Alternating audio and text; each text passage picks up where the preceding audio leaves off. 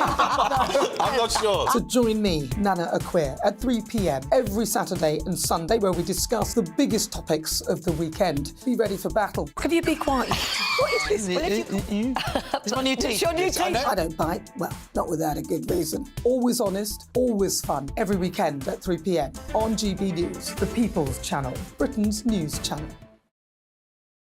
I'm Michelle Dewberry, and I'm not here to tell you what to think. I'd much rather hear what you have to say. So, send in your opinions to gbviews@gbnews.com. Keep them clean, and you never know, I might read them out. With my panel here on Jubes & Co, we debate, we get stuck into the issues of the day on a show where all views are welcome, especially yours. GB News, the People's Channel, Britain's news channel.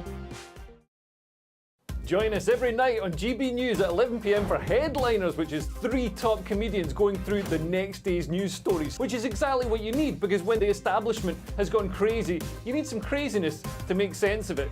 Headliners. You don't have to bother reading the newspaper. We've got it covered for you. Every night at 11 p.m. and repeated every morning at 5 a.m. We won't send you to sleep like some of the other paper review shows out there. So join us 11 p.m. every night on GB News, The People's Channel, Britain's news channel.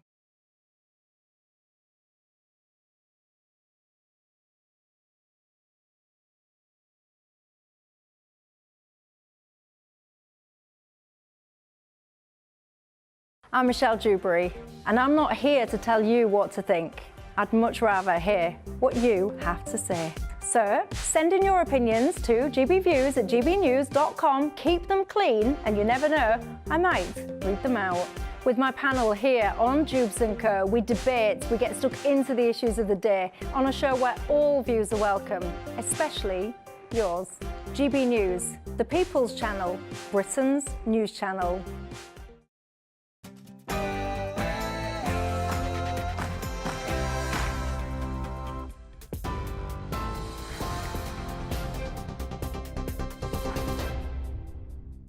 Good evening, I'm Ray Addison in the GB Newsroom. Free Speech Nation is coming up in just a moment, but first, our headlines tonight. And our top story.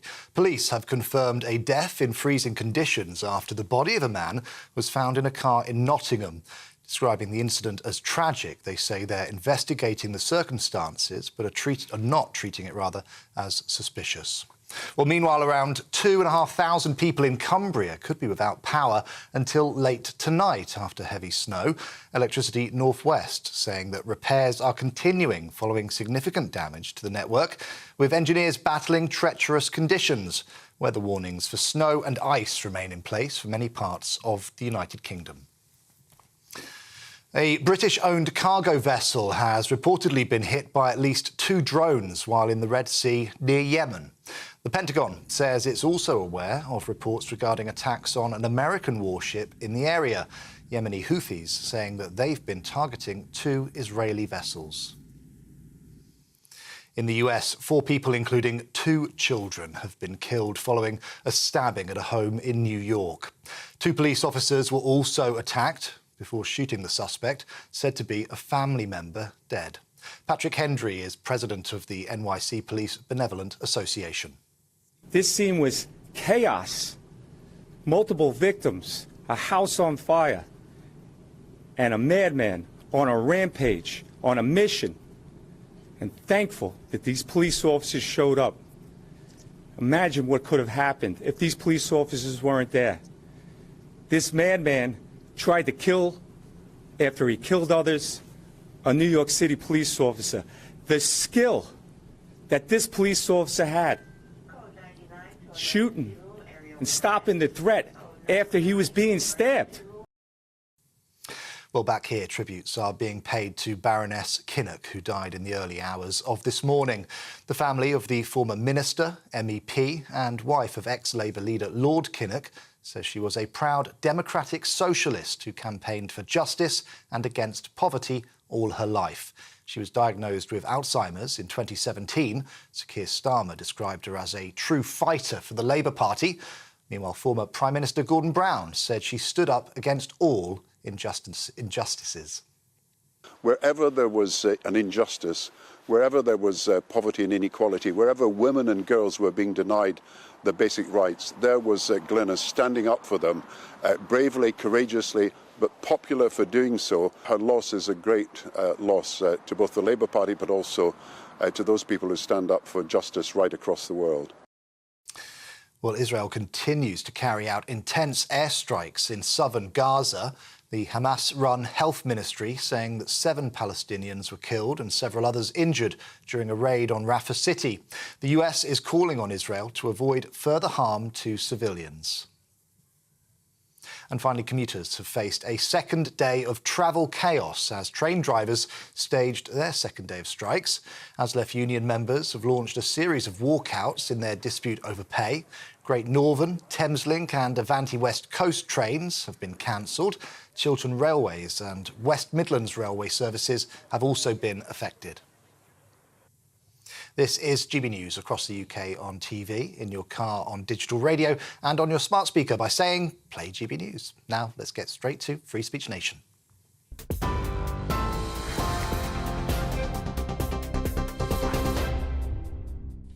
Keir Starmer comes out as a fan of Margaret Thatcher. The BBC is accused of being too white. And a little boy gets in trouble for cultural appropriation. This is Free Speech Nation.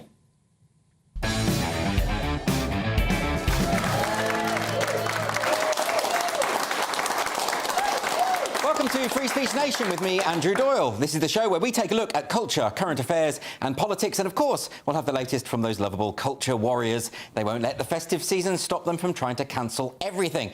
Coming up on the show tonight, we'll be hearing from the author of an important new book about how the wealthy and powerful can use their riches and the courts to stifle free speech. We'll be speaking to a campaigner about his concerns regarding the provision of education in Welsh schools. And we'll be discussing the cuts to the BBC's Newsnight show and whether there's a worrying decline of programmes of that nature. And of course, I've got a wonderful panel here to answer questions from our studio audience. My panel this evening are the comedians Cressida Wetton and Francis Foster.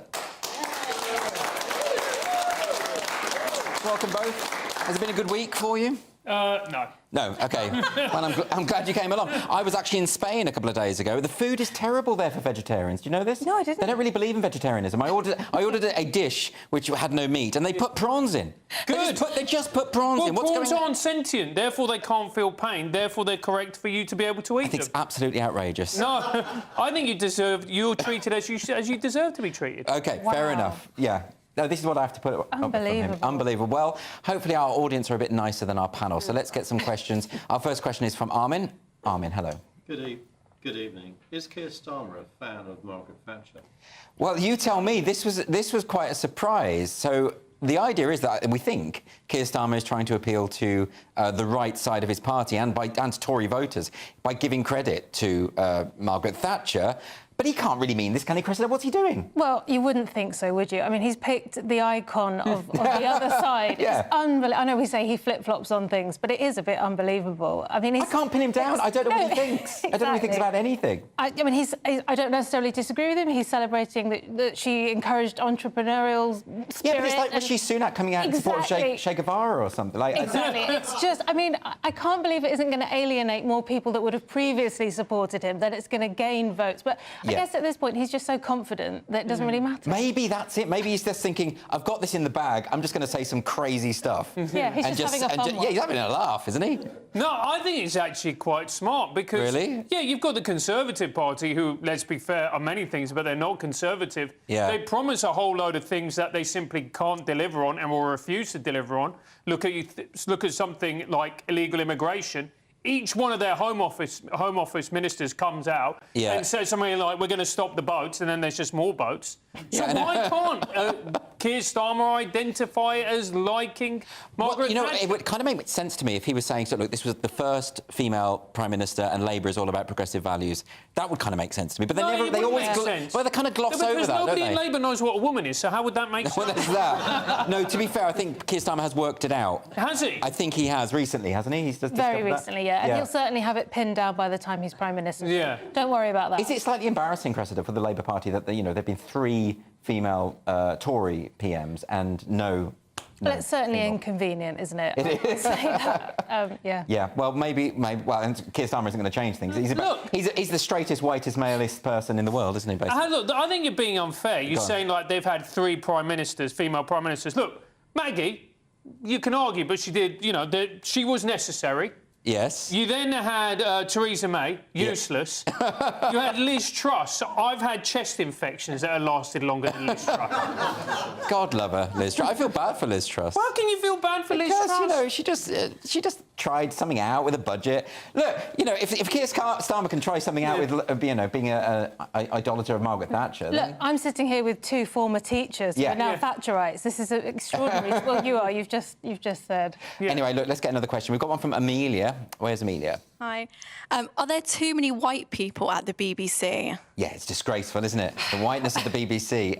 This is Nihal Arthanayaka, who's a BBC presenter, criticised what he says, that when he goes into work, he says that it really affects him that all he sees is white people. What do you make of this, Francis? Well, you know, I had the same experience because I went to a Caribbean restaurant the other day. I was the only white person in there. I then had a breakdown and had to be taken out and sectioned. And, you know, like, I just couldn't handle it. When I came out of the institution, I sent a strongly worded email to Jimmy's Chicken Shop, and I actually said, look, I can't be expected to eat my plantain, rice and peas without having a white person in. I think that's an absolutely fair point. Yeah, I mean... calms me down. Just chills me out. Why... I've been making this point for a while now, that I think what's happened with the sort of leftist identitarian movement is we've ended up with a hyper-racialised society where people notice race 10 times more than they ever did. It's increased the likelihood of racism, it's increased the propensity of people to make racist statements, and that's why I don't like it. I think the ideal of colourblindness was rather beautiful, that we just don't care. Yeah, you know, we don't treat people differently. Absolutely. And I would argue that it is a racist statement. I mean, fair enough, if he sees himself as a victim and he's suffering, well, I can't argue about that. If he is having mental health issues from white people... It would be different if the BBC was just staffed by racists. I'd be like, fair enough, yeah, that's not nice. But is that what he's claiming? Is he claiming that all the white people there are... I don't think he's gone into detail about why this gives him mental health problems. I mean... As a woman working in comedy, one is often the only female. Yeah, how do you feel about that? Work it. Oh, my God, it's a fantastic opportunity, isn't it? It means you're more likely to get booked. I mean, I don't know. You're not meant to say that. You're meant to say it's really difficult for women in comedy. Of course, it's very hard for women in comedy. It's very hard for women in comedy because we're not naturally funny. I'm kidding. I'm getting off topic. Christopher Hitchens wrote about it. Anyway, I just think it's a very ungracious thing to say, and It's very odd. It's a bit insulting to his colleagues, I think. But anyway, there we go. Let's get another question now from Shirley. Where's Shirley? Should we be cancelling children for cultural appropriation? Yeah, did you see this week? I mean, it was amazing. It's gone all over the internet because there's this boy, I think he's a 9-year-old boy, there he is, and he's dressed up, he's obviously a fan of the Kansas City Chiefs. And the Chiefs, obviously, that's their symbol, is the kind of the headdress, the Native American Indian headdress. And so he wore this, and he's made quite an effort, you know.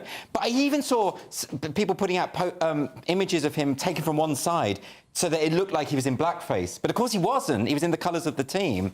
Why are they... And they're doubling down. Why are they going after a 9-year-old kid? Because children are really annoying, Andy. Well, I agree with them on that. Yeah. But the poor boy has made an effort to support his team, and you know, why is that offensive? Is that it's not offensive in any shape or form. It's just because people... They don't have enough to do. You don't have enough to do, so what are you going to do? You're going to get offended by a 9-year-old in costume. Well, I'm going to test you on this, Cressida. So let's have a look at this image now. Is this offensive? Now, that's me when I was 4. And I really do wish to sincerely apologise to the North American Indian community for my insensitivity. I think you should apologise to the Muppets and Big Bird. I mean, is that problematic? Well, it is now, isn't it? Yeah, it is. And we're giving it airtime and discussing it. I don't think there was any malice or racist intent in your 4-year-old heart, or now. No. But that's not what... Although my costume wasn't as impressive as the other boys. No, it wasn't. Like, he put a lot more effort in, to be fair. I should be criticised just for being a bit slovenly. Yeah. Well, but that's currently not something that's in the culture wars. No, that's true. Who knows where we go next? It's a bit mad, isn't it? Anyway, we've got a question now from Carl. Carl. Hi, Carl. Is it True. Are the left trying to make excuses for Hamas? Have you? I mean, I've noticed this week. Carl, have you noticed this? Like, it's kind of... Yeah, a little bit. It depends on which way it swings. You can... Yeah, but... Depending on stats and stuff. Exactly, but it's kind of gross. I mean, we've seen, you know, obviously this horrific pogrom that Hamas committed on October the 7th, explicitly anti-Semitic. You know, it's in their charter to wipe out Jewish people. And there's been this weird denialism about what went on, or that the extent of it has been overblown. Owen Jones did a video. I mean, he went along and watched the horrific footage that the IDF had released, and he started saying, well, there are dead children, but we don't know that they were killed intentionally. Where's the proof? There's a woman there who's, you know, been raped, but he says, but we don't see her being raped, so we can't be sure that she's been raped. Now, wasn't it the left all about Me Too and about believe the victim and about, you know, what's going on here? Yeah, 5 minutes ago, that's all we heard about. Yeah. I don't know. I'm stunned that we have to give the least generous interpretation to a 9-year-old's costume and the most generous interpretation to a charred corpse. It's just... Yeah.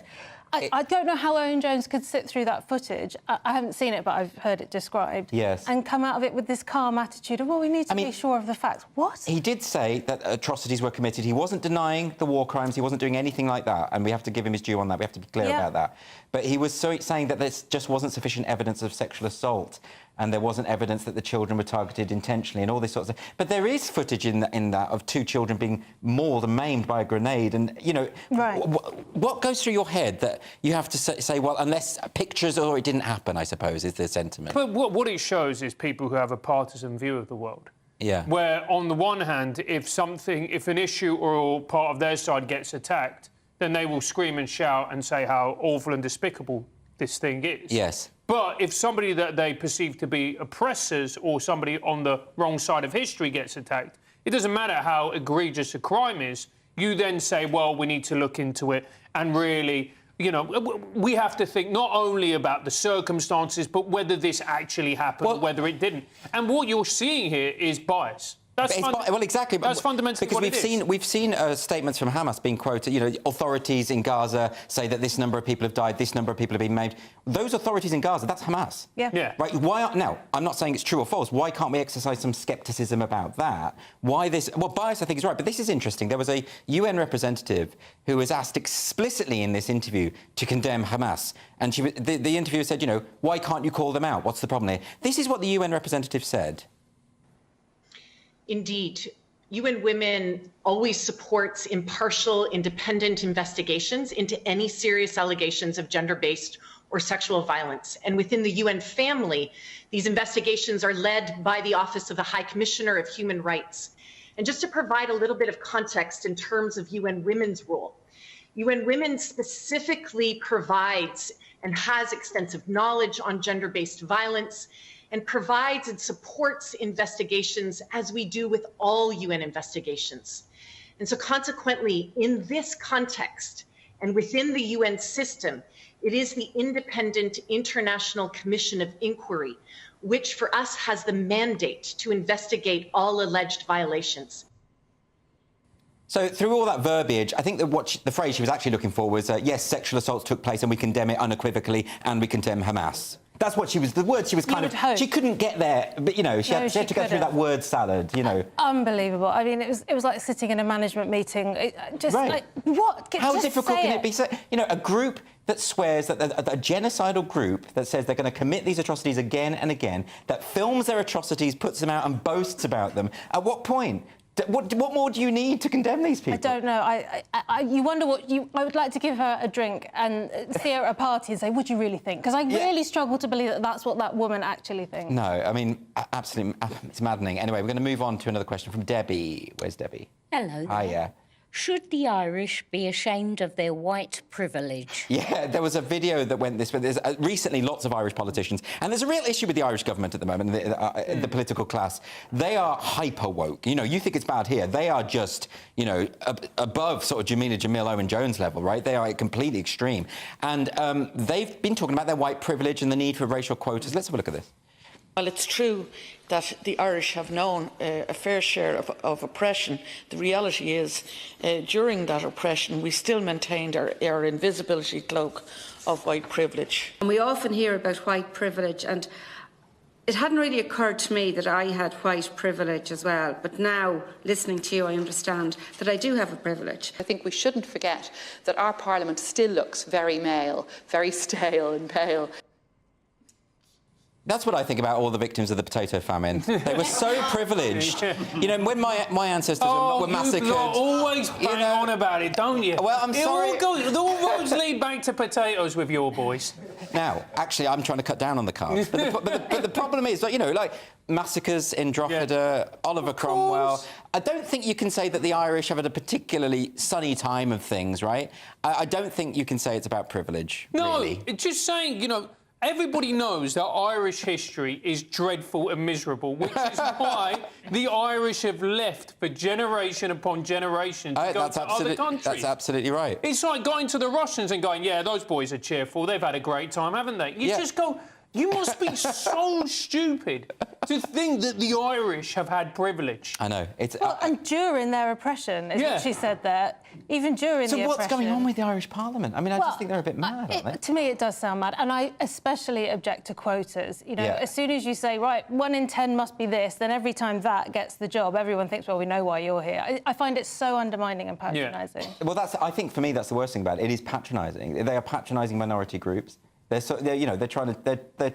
I'd hate that. I'd hate the idea to get a job on the basis of a quota, you know? Exactly. I mean, and you can't do anything about it, because even if you were the best person for the job, at that point, now we'll never know, because the water's been muddied, so there's actually now zero chance that you could be the best. I hate it. Have you ever got a job on the basis of being Latino? No, mate. No one believes me.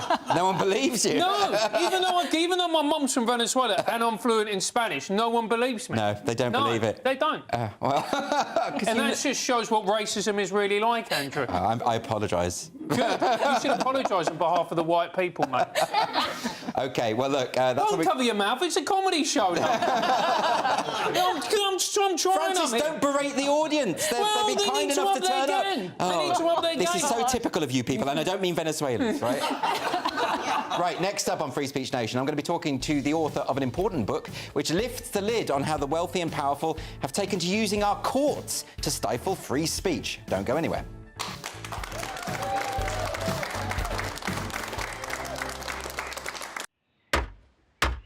Who is it? We're here for the show. Welcome to the Dinosaur Hour with me, John Cleese.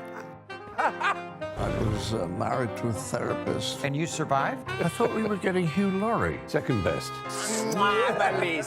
You interviewed Saddam Hussein. What's that like? I was terrified. I'm playing strip poker with you three. Oh! No, thank you. My CDs need to be put in alphabetical order. Are you going to be problematic again? The Dinosaur Hour. Sundays on GBNews.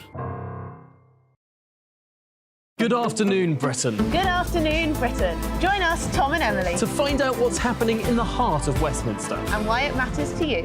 Weekdays from midday, we bring you the most compelling stories from across the United Kingdom. And from your doorstep to our inbox. That's right, we want to hear from you. GB News, Britain's news channel.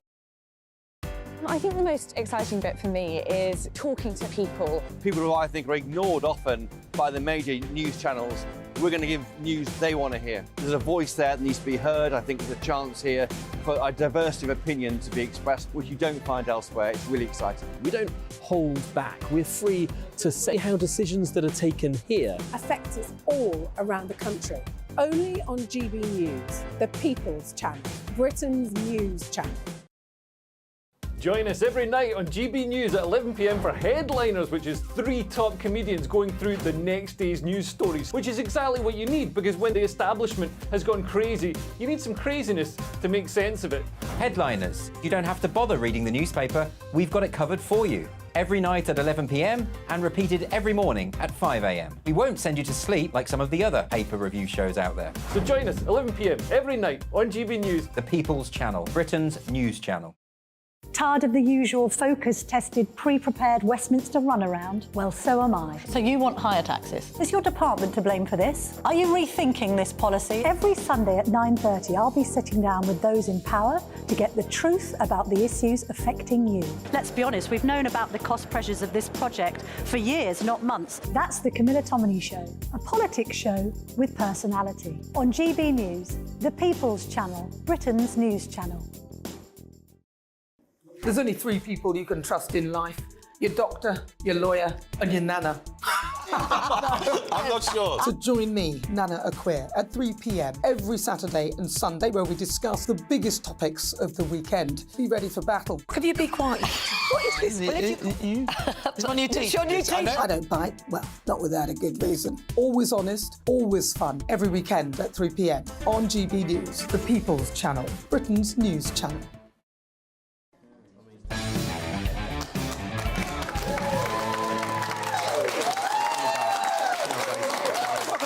Free Speech Nation with me, Andrew Doyle. Everything is Strategic lawsuits against public participation, also known as SLAPs, have become a worrying part of the legal landscape in recent years.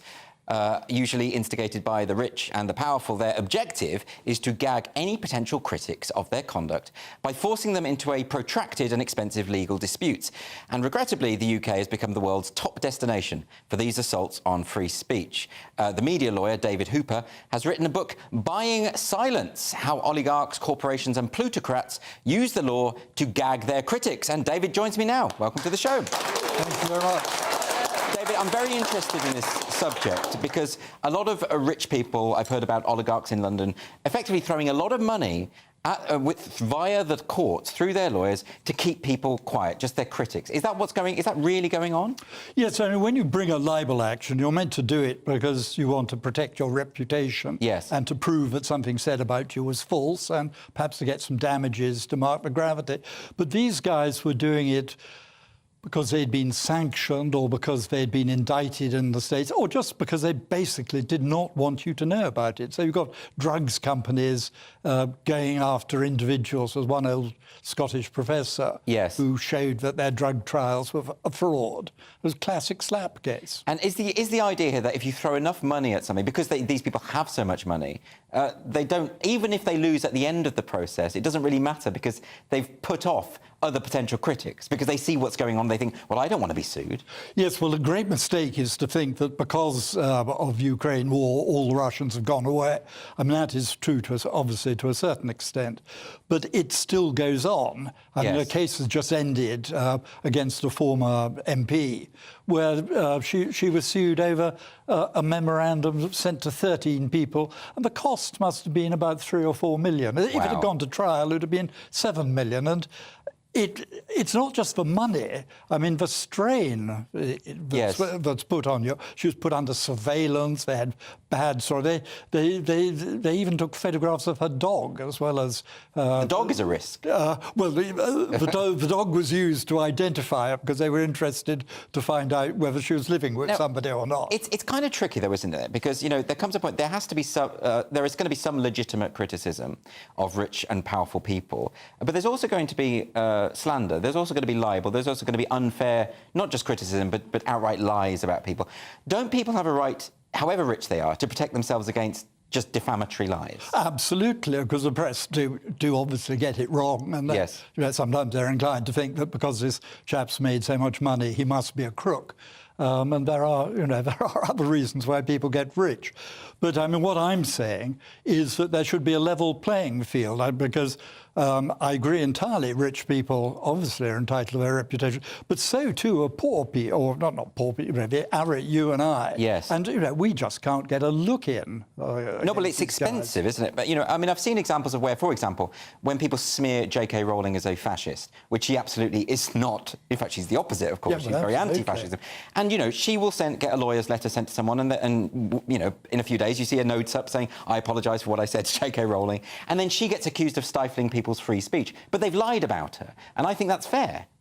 If you've got a good claim, bring it. I'm saying that the cases should be inexpensive, easy to bring, and that everybody should put their cards on the table, because What people really want is swift justice and cheap justice. Yes. And if you cap the costs, I mean, because a lot of this is driven by the greed of these lawyers, and they make these cases unduly complicated. Because I was a media lawyer for, well, the best part of 50 years. And the great secret is it's not actually that complicated. Oh, really? But the language would suggest but it is that very expensive. Yeah, so you're suggesting a cap on costs so that, well, level playing field. So you can criticise someone who's very, very powerful, and if they do bring a case against you, it's affordable to defend yourself.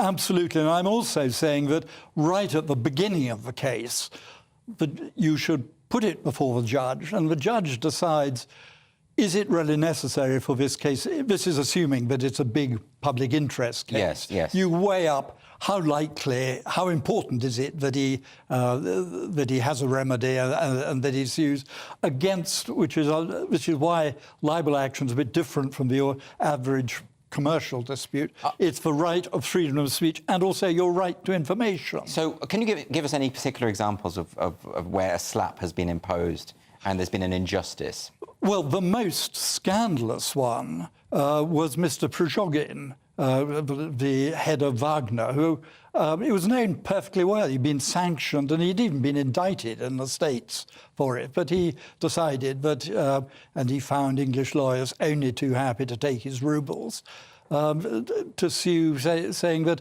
he had nothing at all to do with the Wagner Group and also with Troll Factory. So are you suggesting that that's a case that was a kind of open and shut case, but he took it on anyway? Is that what you... Absolutely. And the awful thing is that there are always lawyers who are willing to take it. And what I'm saying, and I'm supported by this, by the Solicitors Regulatory Authority, is that people should really look into whether the case is a complete false case. Are you suggesting that lawyers are interested in money?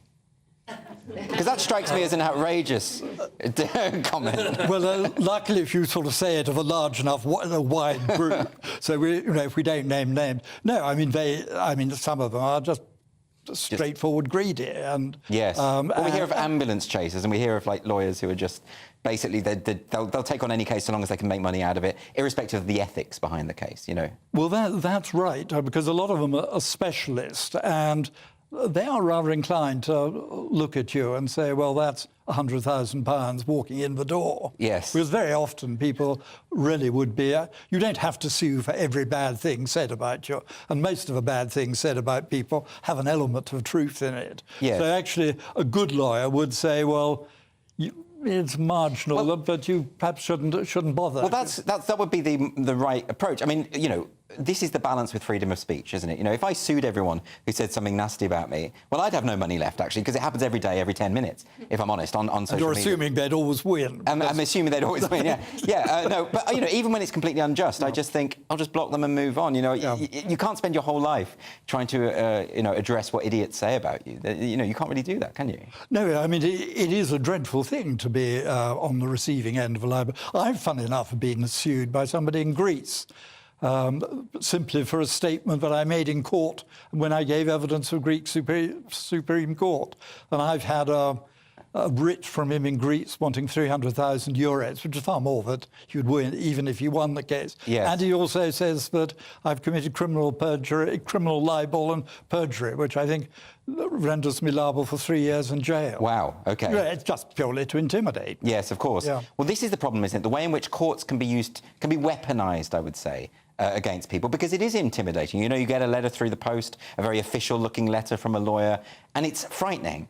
And the overall effect of that, I suppose, is self-censorship for most media outlets, for most ordinary people. You're absolutely right, because you hear about the big cases that go to court. What you don't hear about, it's the tip of the iceberg. Yes. You don't hear about the eight ninths or whatever it is underwater. Yes. Where people just say, well, we can't really write about this guy. He's always issuing writs. Let's write a nice cosy story about bread and butter. And exactly, and of course, the whole point of the media is partly to hold the powerful to account. But if people are so powerful that you dare not do it because they might bankrupt you, then democracy doesn't really work, does it?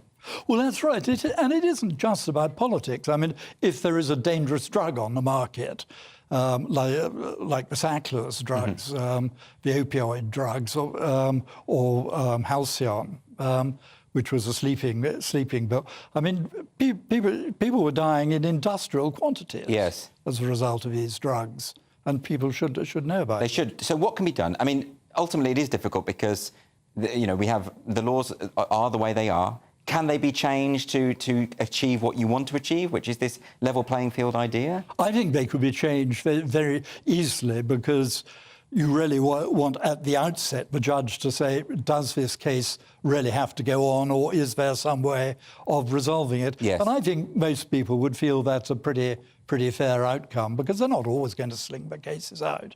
OK, well, David Hooper, your book is called Buying Silence, and that's available now to buy. I'd urge everyone to buy it. David Hooper, everyone. Thank you very much. And next on Free Speech Nation, we're going to be speaking to a campaigner who retired from his job last year, partly to try and raise awareness of the impact of gender ideology in Wales. See you shortly.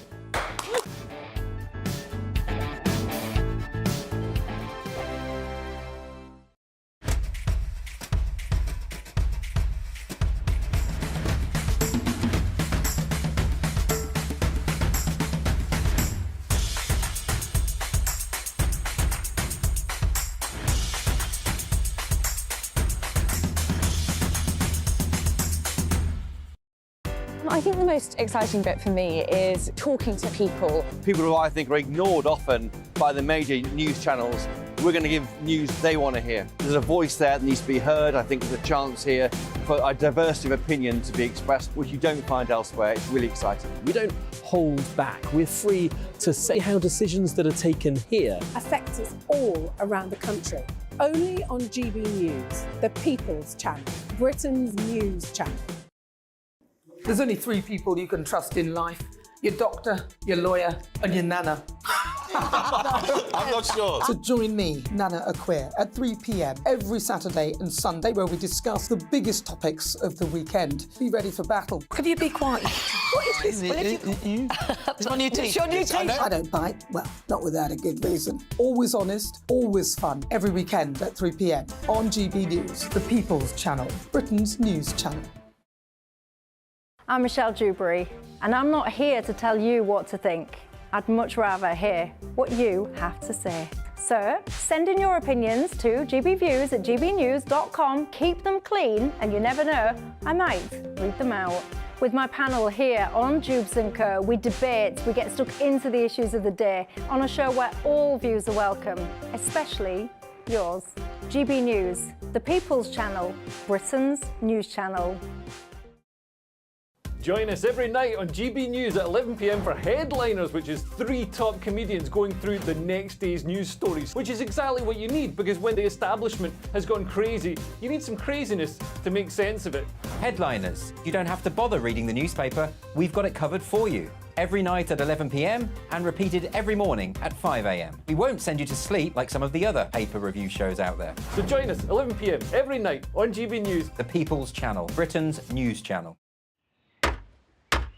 Who is it? We're here for the show. Welcome to the Dinosaur Hour with me, John Cleese. I was married to a therapist. And you survived? I thought we were getting Hugh Laurie. Second best. You interviewed Saddam Hussein. What's that like? I was terrified. I'm playing strip poker with you three. Ah! No, thank you. My CDs need to be put in alphabetical order. Are you going to be problematic again? The Dinosaur Hour. Sundays on GB News.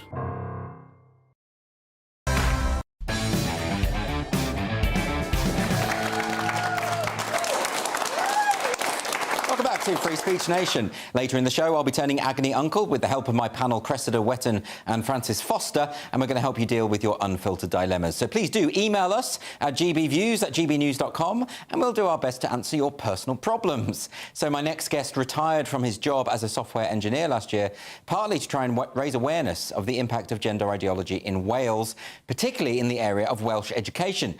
Nigel Thorne creates YouTube videos under the name Turf Fan Man and founded the website whatisawoman.uk. He's particularly concerned about the impact that Judith Butler's gender theory has had on the RSE code and guidance, which is mandatory for every publicly funded school in Wales. So Nigel Thorne is here to join me now. Nigel. So, what is it about Wales? I've covered on this show some of the teaching materials that are going on in Welsh schools that are approved by Welsh politicians. So ideologically driven, you know, telling children that there are over 100 genders, talking about the idea that you can be born in the wrong body, talking about the idea that it's possible to change sex when it is biologically impossible to do so. It's like a quasi-religion in schools. It is. And I think you have to understand when it comes to gender identity ideology. It was Leo Sapir, who's from the Manhattan Institute, who said there's two components to it, two philosophical positions which are mutually incompatible. And one is this, what he calls gender identity essentialism, this belief that we all have this innate gender identity, which is pushed by Stonewall on training courses. But there's something which is much more covert, which people don't talk about, and that is the queer theory that lies underneath it. Yeah. And in particular, Judith Butler. And without going into too much depth, there's a bunch of academics who think that for political purposes it's a very good thing to disseminate teaching that downplays the significance of biological sex and elevate the significance of a personal gender. And Judith Butler talks about gender being performed. You perform the role of a boy, you perform the role of a girl, and that's what makes you a boy or a girl, is what you perform. So that's the way her theories have been interpreted, and I find that very... It's strange because Butler says there is no gender identity. There are kind of enacted performances that relate to gender stereotypes that give the illusion of a gender identity. But queer theorists have taken that to mean that we have a gendered soul that is fixed. Yeah. Now, this is not good to tell children, is it? It is not good to tell children this. No, absolutely right. And it is having a... You see, what is going on in Wales? So you can see the influence of queer theory on the relationships and sexuality education code. Yes. So that's mandatory for every publicly funded school in Wales. Now, there's no mention in the code of the words male or female, boy or girl, man or woman, because in Judith Butler's Gender Trouble, it says the category of sex is a name that enslaves. So these people really do think talking about sex is a bad thing. We should talk about gender instead, a personal gender. OK, but this is very bad for gay rights, for instance, because gay rights are predicated on the idea that some people are innately attracted to members of their own sex. If there is no such thing as sex, this erodes that. It's very bad for gay rights, but it's also bad for kids who are gender non-conforming, because we rationalise through language. So what the guidance tells us is that gender now is an identity. Okay. So children will not be taught that gender is a synonym for sex. They will be taught that gender is an identity. So a word that was an objective truth has been redefined as a subjective feeling. Now, we all rationalise using language, and children rationalise their feelings using language. So there's no doubt that, in my mind, and in the minds of plenty of others, that those gender non-conforming boys and girls who don't fit into the stereotypical boy or girl, if they feel a bit left out, a bit different, they will rationalise those feelings by subscribing to the belief that they have a gender that doesn't match their sex. OK, and of course we've seen the problems with that with the Tavistock Clinic in the UK, which of course is going to be closed any moment now, because as the Cass Review found, this is actually a danger to gender non-conforming kids. Absolutely. Now, what is it about Wales? We've had a lot of pushback in England against gender identity ideology. In Wales, it seems to be completely embedded. Why? There is a raft of groups that are trying to talk to the Welsh Government and are not being listened to. Right. And those groups include LGBT Alliance Cymru, Merched Cymru, who are documenting the impact of this on the ground in schools. So there are reports of boys sharing showers with girls and boys sharing sleeping accommodation with girls and kids being socially transitioned without their parents' knowledge. All this is going on. That's documented by Merched Cymru. Now, this is very dodgy ground because schools have a responsibility to provide single-sex toilet facilities, bathroom facilities. That's a legal obligation, isn't it? Well, you would think so if you're reading the Equality Act and all the rest of it in the proper way. But I guess This has become so embedded. People really do think, or some people really do think, that the fact you identify as a boy makes you a boy. The fact you identify as a girl makes you a girl. But that, as I say, is a quasi-religious belief and a political belief. It is. Now, the problem here is Kemi Badenoch stood up in Parliament and made it very clear that critical race theory, the promotion of critical race theory in schools was against the law because it violates the Education Act. Yeah. How is it not? Surely it's the case, and I know this hasn't been tested in court, but surely it's the case that the promotion of gender identity ideology, a belief system not grounded in reality or science, is also against the law, isn't it? Well, a court case was taken, the Welsh Government were taken to court last year. Public Child Protection Wales took them to court, and gender theory was one of the things that complained about. Now, that wasn't successful, but one of the judge did say that schools cannot promote beliefs that contradict the beliefs, the philosophical and religious beliefs of parents. Right. So there should be that could put a stop to this. Well, the belief that biological sex is immutable is actually protected by law. We know that since the Maya Forstater case, right? So they are laying the groundwork for future court cases and all sorts of problems here, aren't they? You would think so. You would think so. The problem is, I mean, the Welsh Government are committed to provide transgender guidance. Yes. That was supposed to be published this last summer. So that's been delayed until next year now. Right. And schools are just working off transgender toolkits that are being created by activists. So that's why, and these activists are saying things like, I mean, one of the toolkits, I think, which is from the Vale of Glamorgan, said that just because this trans boy, this assigned male at birth male, has the body of a boy, he is a girl in every other way. OK. And you think, well, this makes no sense at all. No, of course not. Now, that's the problem, isn't it? Maybe with all these activist groups like Stonewall, like Mermaids, coming into schools and promoting their ideology as though it were true, as though it was uncontested. Yeah. And the schools, because it sounds very complex, a lot of the teachers and headmasters and headmistresses, they don't understand it. So they think, well, we'll just try and be inclusive, we'll just try and be nice, we're all for equality. And they get hoodwinked. They get hoodwinked, and the boundaries are completely dissolved. And that's the problem. So girls are suffering, gay children are suffering. Of course, autistic children are suffering because they're very vulnerable as well. Okay. So it is a category of children, and we know this from Time to Think, the book about the Tavistock, that there are some children who will be particularly susceptible to this belief system. Yes. That's gay children or gender non-conforming children, that's autistic children, that's looked after children, and the evidence is all there. So why this is still being pushed is extraordinary. But the Welsh Government will not talk to groups. Well, I suppose it's because it's a belief system that doesn't care about evidence.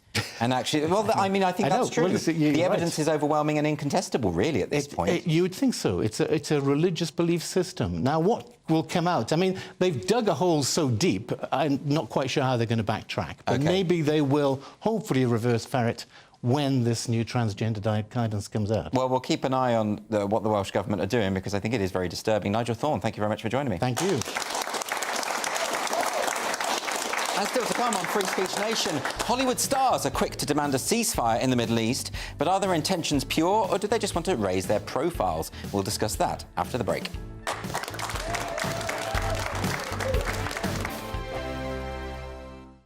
Your weekend starts here with Friday Night Live with me, Mark Dolan, 8 till 9 on GB News.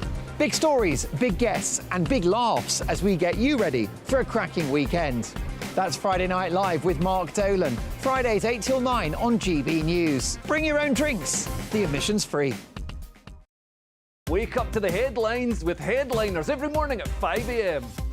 We treat you to the day's biggest stories before anyone else, 7 days a week. You can catch up on everything you need to know before you've even had your kippers.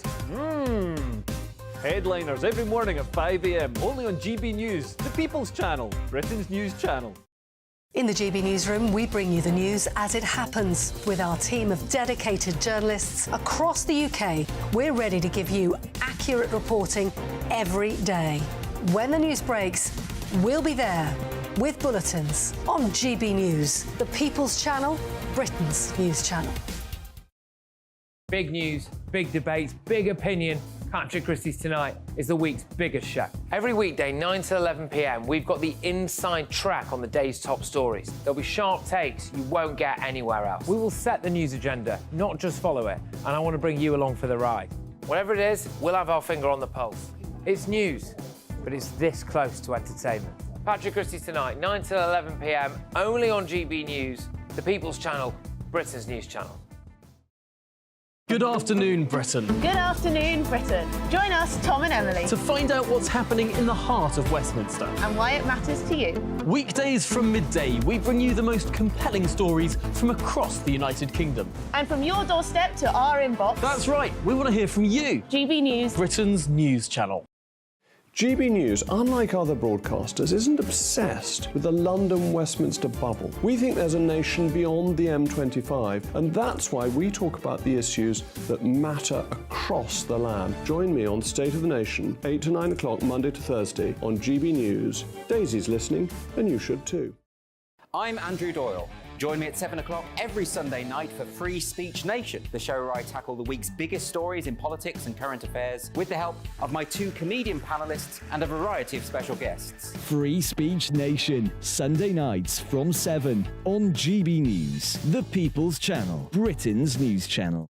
Tired of the usual focus-tested, pre-prepared Westminster runaround? Well, so am I. So you want higher taxes? Is your department to blame for this? Are you rethinking this policy? Every Sunday at 9:30, I'll be sitting down with those in power to get the truth about the issues affecting you. Let's be honest, we've known about the cost pressures of this project for years, not months. That's the Camilla Tominey Show, a politics show with personality. On GB News, the People's Channel, Britain's news channel.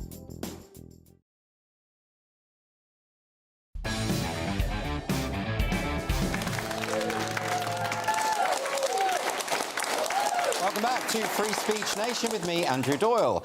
One of the less serious aspects of the tragic violence in the Middle East has been the slew of celebrities queuing up to call for peace in a very public manner. Sex and the City star Cynthia Nixon led the way this week by taking part in a 5-day hunger strike in demand of a ceasefire, although critics pointed out that her commitment to the cause was undermined by the fact she only managed 2 of the 5 days. So are we being cynical if we occasionally doubt the motivations of these well-meaning Hollywood do-gooders, or should they get back to their mansions and leave things like this to the United Nations? Well, joining me live from New York to discuss this, the entertainment journalist and author Nelson Aspin. Nelson, welcome to the show. So this hunger strike, only 2 days out of 5, I mean, it's a well-intentioned gesture, isn't it? But it's very easy to mock. Yes, well, of course it is, because a 2-day fast is just like an intermittent diet craze or a cleanse. It certainly isn't the 5-day hunger strike that other people were participating in. And now, don't get me wrong, I love Cynthia on Sex and the City, but she has difficulty reading the room. She tried unsuccessfully to run for the governorship of New York State and failed. She resurrected her character on the Sex and the City reboot and took it way, way woke, and her diehard fans rejected that interpretation, so she failed there. And I don't quite understand the celebrity need to be heard. Of course you can have a position. This is a free country. You can have any position you like, but the desire to have to get up on a soapbox and talk about it, she could have just marched. She could have just been hungry. I don't understand why she would think that she actually has the power to influence people because of her celebrity status. Well, this is the problem, isn't it? I think a lot of celebrities aren't very politically sophisticated, but they have been granted this huge, huge platform. And I think some of them do think that they have a responsibility to use that platform for good. It's just that some of them are a bit thick. Well, you say use their platforms for good, and look at Gal Gadot, known as Wonder Woman. She's an Israeli citizen, and she has been very verbal and active in her pro-Israel stance. So you can understand with that, because that's her country, and she has been marvelous about that. So it really is interesting to see. But really, who cares? Who listens to a celebrity? I think it's also interesting to point out that after the Six-Day War in Israel in 1967, the Hollywood Bowl was sold out, over capacity, and the likes of Frank Sinatra and Barbra Streisand were there in support of Israel. So, you know, it's kind of like this weird trend, and now the trend has been for a lot of these artists willingness to go pro-Palestine, and it's very distressing. Do you think, though, just to play devil's advocate a little bit, do you think maybe it's because they're under a lot of pressure to be seen to say the right thing? I mean, I recall Taylor Swift getting in a lot of trouble for not condemning Donald Trump, and people saying, why is she so silent on Donald Trump? Does that mean she's a secret Donald Trump fan? You know, there's that kind of pressure as well, isn't there? Absolutely, and that's why they pay publicists and managers a fortune to help guide them, and they get into a lot of trouble when they just start speaking extemporaneously. They really do need a script, not just at work, but off work as well. Can I ask you about your new book? Your book is called Dancing Between the Raindrops. Can you tell us a little bit about that? I can. It's a semi-autobiographical novel about the 1980s here in New York City. And I say semi-autobiographical because I confess I can't remember everything. So if I fictionalize it a little bit, it gives me a little bit of a dramatic license. But it is about the times here in the 1980s in New York City. I like to think of it as a sweeter time, even though we were all living here under the specter of AIDS that was prevalent then. But, you know, when you're young, every time is happy when you're young and healthy and running around discovering life. There are a lot of celebrity connections. Princess Diana figures heavily into the plot of Dancing Between the Raindrops because I was hired to train Princess Diana in that hot new workout of the 80s, step aerobics. And I was brought to London, and that actually kicked off my career in morning television that lasted for 3 decades. So yeah, there are some royal connections in the book as well. Fantastic. Nelson Assman, thank you so much for joining me tonight. I mean, it is tricky, isn't it? You know, I do feel sorry for some of the celebrities, but, you know, but they are, generally speaking, not that smart politically, are they? You know? No, they're not. But, and she tried... I love that, because she tried for a 5-day fast and she managed to. Yeah, exactly. I mean, there's something so rubbish about that, isn't there? There was a politician I think it was in DC, who tried for... he only lasted for 8 hours, I think. Which is just what happens when you go to sleep, isn't it? Yeah. Exactly. Brilliant. I mean, well... Do you think celebrities should just keep their mouths shut when it comes to this sort of stuff? Or at least have a chat with their publicist first, maybe. Yeah. Yeah. Do you remember when Little Mix criticised the UK government about the Syrian campaign?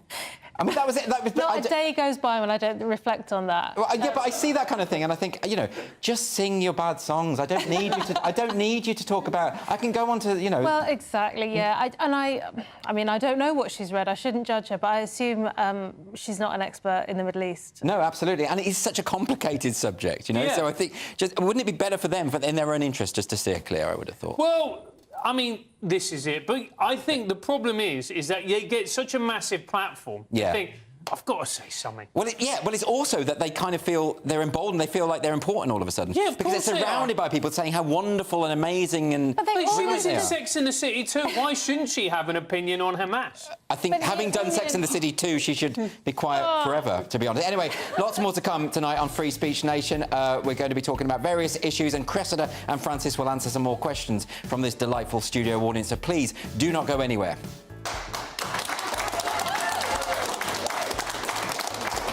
Brighter outlook with Box Solar, sponsors of weather on GB News.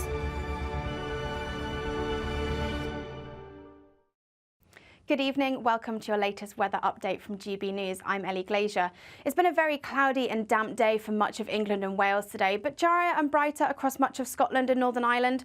Low pressure sits out towards the southwest, slowly moving its way towards us through this evening and into the start of the new working week, bringing with it some very strong winds and some heavy rainfall as well overnight tonight. This rainfall turning to snow across the hills of Wales, parts of northern England as well, seeing some snowfall building up into the early hours of Monday morning, but a much milder night across the southwest. Drier, colder across parts of Northern Ireland and Scotland, perhaps as low as -6 or -8 into the start of Monday. So a dry, crisp but bright start across Scotland and Northern Ireland. Snow showers pushing in along those eastern coasts, perhaps bringing some icy stretches through Monday morning. And rainfall totals across the southwest, bringing some travel disruption during the morning rush hour. Rain continues across much of the southern half of the UK, with some snow across the highlands of the Pennines and parts of North Wales as well. A mild day across the southwest, maybe 8 to 10 degrees, but still feeling cold despite the sunshine across Scotland and Northern Ireland.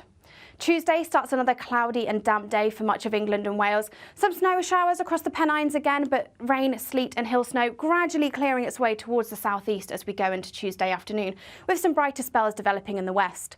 Northern Ireland and Scotland seeing the best of the sunshine, but continuing to stay cold and sunny for all of us on Wednesday, before further wet and windy weather arrives on Thursday. That warm feeling inside from Boxed Boilers, sponsors of weather on GB News.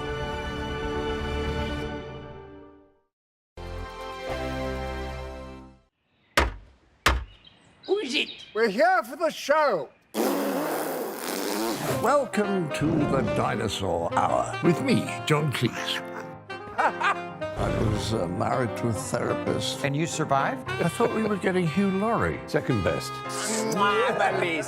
You interviewed Saddam Hussein. What's that like? I was terrified. I'm playing strip poker with these three. Ah! No, thank you. My CDs need to be put in alphabetical order. Are you going to be problematic again? The Dinosaur Hour. Sundays on GB News. Good afternoon, Britain. Good afternoon, Britain. Join us, Tom and Emily, To find out what's happening in the heart of Westminster. and why it matters to you. Weekdays from midday, we bring you the most compelling stories from across the United Kingdom. And from your doorstep to our inbox, That's right, we want to hear from you, GB News. Britain's news channel. I think the most exciting bit for me is talking to people. People who I think are ignored often by the major news channels. We're going to give news they want to hear. There's a voice there that needs to be heard. I think there's a chance here for a diversity of opinion to be expressed, which you don't find elsewhere. It's really exciting. We don't hold back. We're free to say how decisions that are taken here affect us all around the country. Only on GB News, the People's Channel, Britain's news channel. Join us every night on GB News at 11 p.m. for Headliners, which is 3 top comedians going through the next day's news stories, which is exactly what you need, because when the establishment has gone crazy, you need some craziness to make sense of it.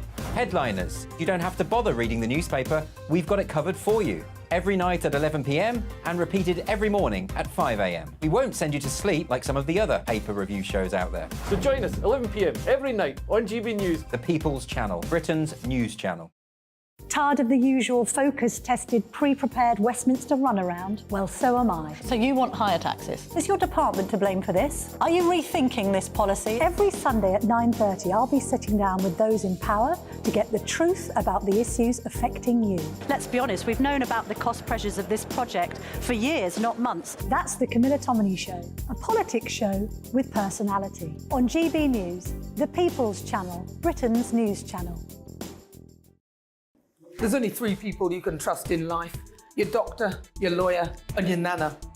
I'm not sure. So join me, Nana Aquare, at 3 p.m. every Saturday and Sunday, where we discuss the biggest topics of the weekend. Be ready for battle. Could you be quiet? What is this? It's my new teeth. It's your new teeth. I don't bite. Well, not without a good reason. Always honest, always fun. Every weekend at 3 p.m. on GB News, the People's Channel, Britain's news channel.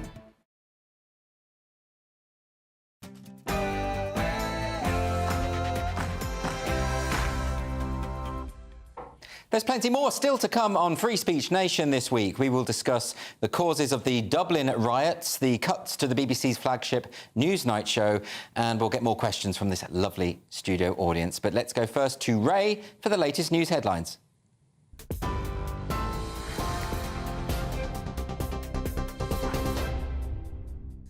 Many thanks. Good evening. I'm Ray Addison in the GB newsroom. We start with some breaking news. It's been announced that the Foreign Secretary will travel to the United States next week to meet Secretary of State Antony Blinken. Lord Cameron will travel to Washington on the 6th of December as part of efforts to de-escalate tensions in the Middle East. He'll also meet with Republican and Democratic members of Congress. Police have confirmed a death in freezing conditions after the body of a man was found in a car in Nottingham. Describing the incident as tragic, they say they're investigating the circumstances but are not treating it as suspicious. Well, meanwhile, around 2,500 people in Cumbria could be without power until late this evening after heavy snow.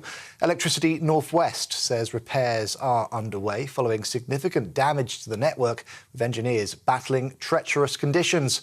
Weather warnings for snow and ice remain in place for many parts of the United Kingdom.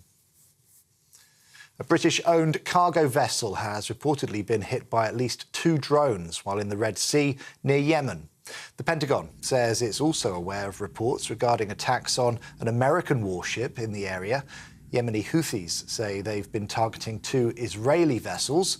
Israel's military says the ships had no connection to them. Back here, commuters have faced a second day of travel chaos as train drivers staged their second day of strikes. ASLEF union members launched a series of walkouts in their dispute over pay. Great Northern, Thameslink and Avanti West Coast trains have been cancelled. Chiltern Railways and West Midlands Railway services are also affected. Some international news, and a suspect in the killing of a German tourist in Paris had pledged allegiance to Islamic State. The prosecutor confirmed that the 26-year-old said this in a video posted on social media before the attack. A man was killed and 2 people, including a British tourist, injured in a knife and hammer attack near the Eiffel Tower. The French president described it as a terrorist attack. A 26-year-old French national has been arrested. In 2016, he was sentenced to 4 years in prison for planning another such attack. In the US, 4 people, including 2 children, have been killed following a stabbing at a home in New York. 2 police officers were also attacked before shooting the suspect, said to be a family member. Patrick Hendry is president of the NYC Police Benevolent Association. This scene was chaos, multiple victims, a house on fire, and a madman on a rampage, on a mission. And thankful that these police officers showed up. Imagine what could have happened if these police officers weren't there. This madman tried to kill, after he killed others, a New York City police officer. The skill that this police officer had, shooting and stopping the threat after he was being stabbed. This is GB News across the UK on TV, in your car, on digital radio and on your smart speaker by saying play GB News. Now, straight back to Free Speech Nation.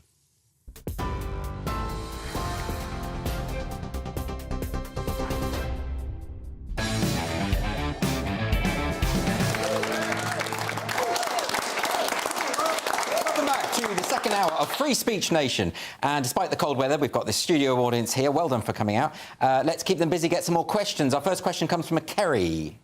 Hi, Kerry. Hello, everyone. Is this the end for Twitter? Well, there's been this viral video of Elon Musk, and obviously with X now, isn't it? It's called X. And he effectively was, well, he was being grilled about advertising boycotts of Twitter, or X, sorry. And he has this message to advertisers who are trying to blackmail him into censoring certain accounts. Let's have a look. If somebody's going to try to blackmail me with advertising, blackmail me with money, go yourself. But go yourself. Is that clear? I mean, it's quite astonishing. The interviewer was so shocked. Yeah. Because effectively he's just ditched millions of dollars in that statement, hasn't he? Because the likes of Disney and all the rest of it are already boycotting him. Unfairly, I think. Accusing him of anti-Semitism and all sort of preposterous things. But there is the point that, you know, Elon Musk has taken over Twitter, and a lot of accounts have been able to come back. He's sorted out a lot of the problems, a lot of the political censorship that was going on Twitter, more than we thought. You know, when the Twitter files came out, it's very scary partisan collusion with government agencies even. Terrible stuff going on. He's cleaned up the act on Twitter, but a lot of people are upset because, you know, groups like Disney, they want censorship on that platform, don't they? Well, of course they do, because they agree with it, and therefore, when he came in to clean it up, to try and make Twitter fairer and more balanced, then they didn't want that. So isn't it quite good that he's prepared, like he's rich enough to have FU money, as they call it, to be able to say, you know, you don't get to decide how I run my company? I don't think he does. I don't think that exists, particularly for Twitter. Twitter is a company that has never declared a profit.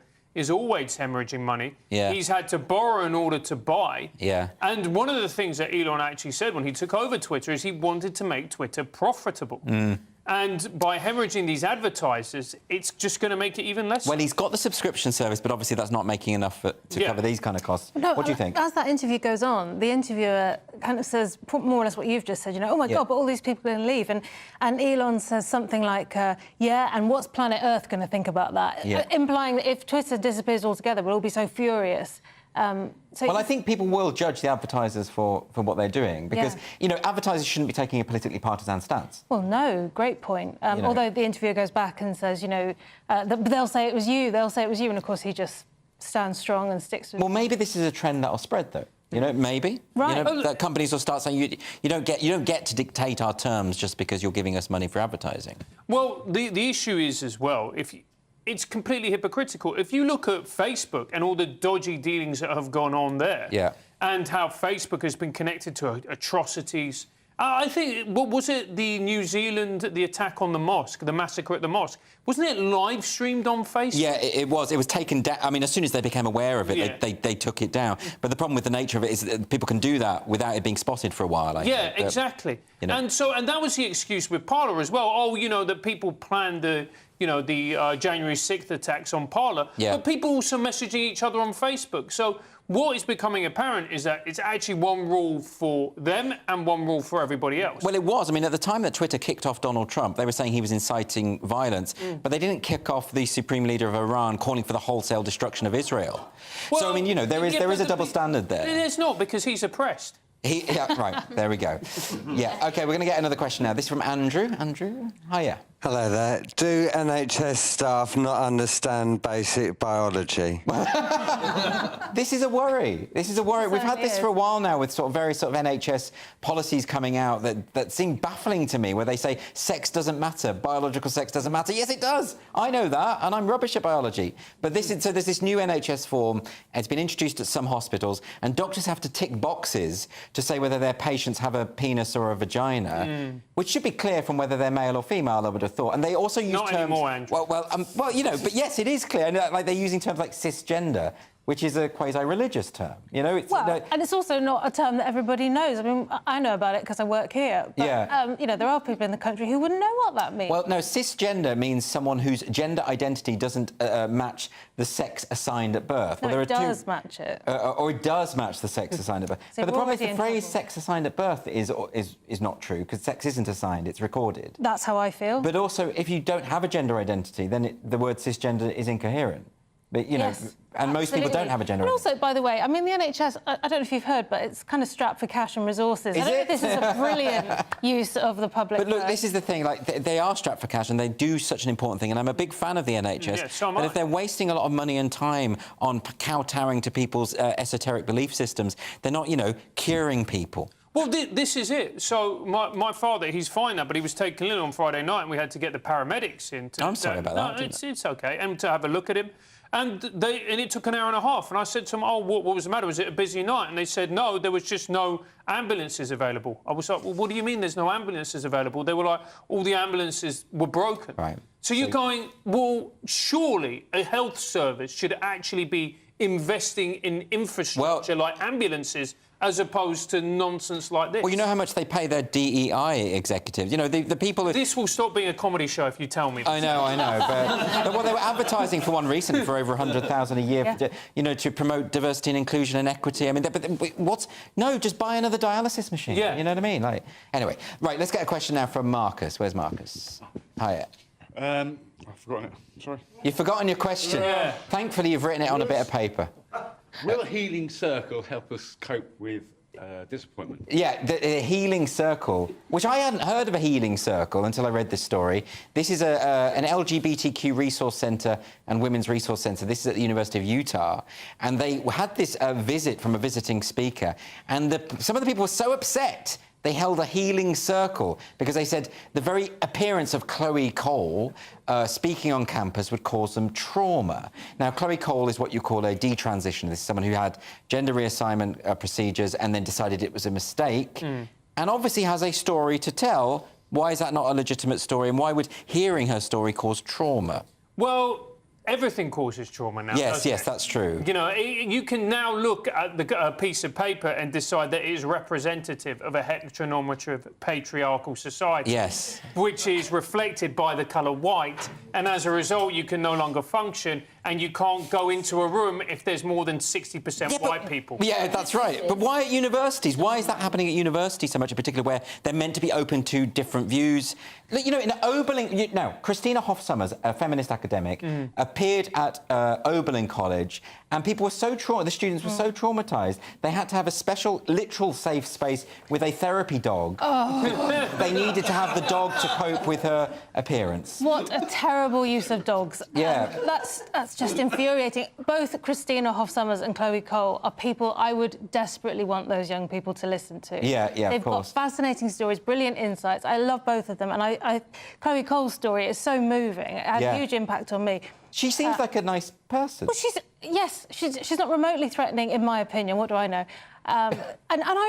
What I get so frustrated about is that these students, they're not being protected against anything. They're being robbed of an opportunity to hear somebody speak. It's very interesting. awful. Yeah. What do you think university's for if it isn't for hearing ideas and... It's bizarre, isn't it? And Christina Hoff-Sommers as well, just a lovely human being. It's not like they've got Jack the Ripper turning up to give a talk. You know, it just doesn't make sense. They do have dangerous ideas, don't they? Because both of those people stand for things that aren't currently in vogue. Yeah, so it's just unfashionable views, isn't it? It's I think they'd be more comfortable with Jack the Ripper coming to give a talk than a detransitioner, Andrew. Maybe they would, absolutely. OK, so the next question is from Luke. Where is Luke? Hi, Luke. Hello, good evening. Should prisons be flying the pride flag? Yeah, this was an interesting story.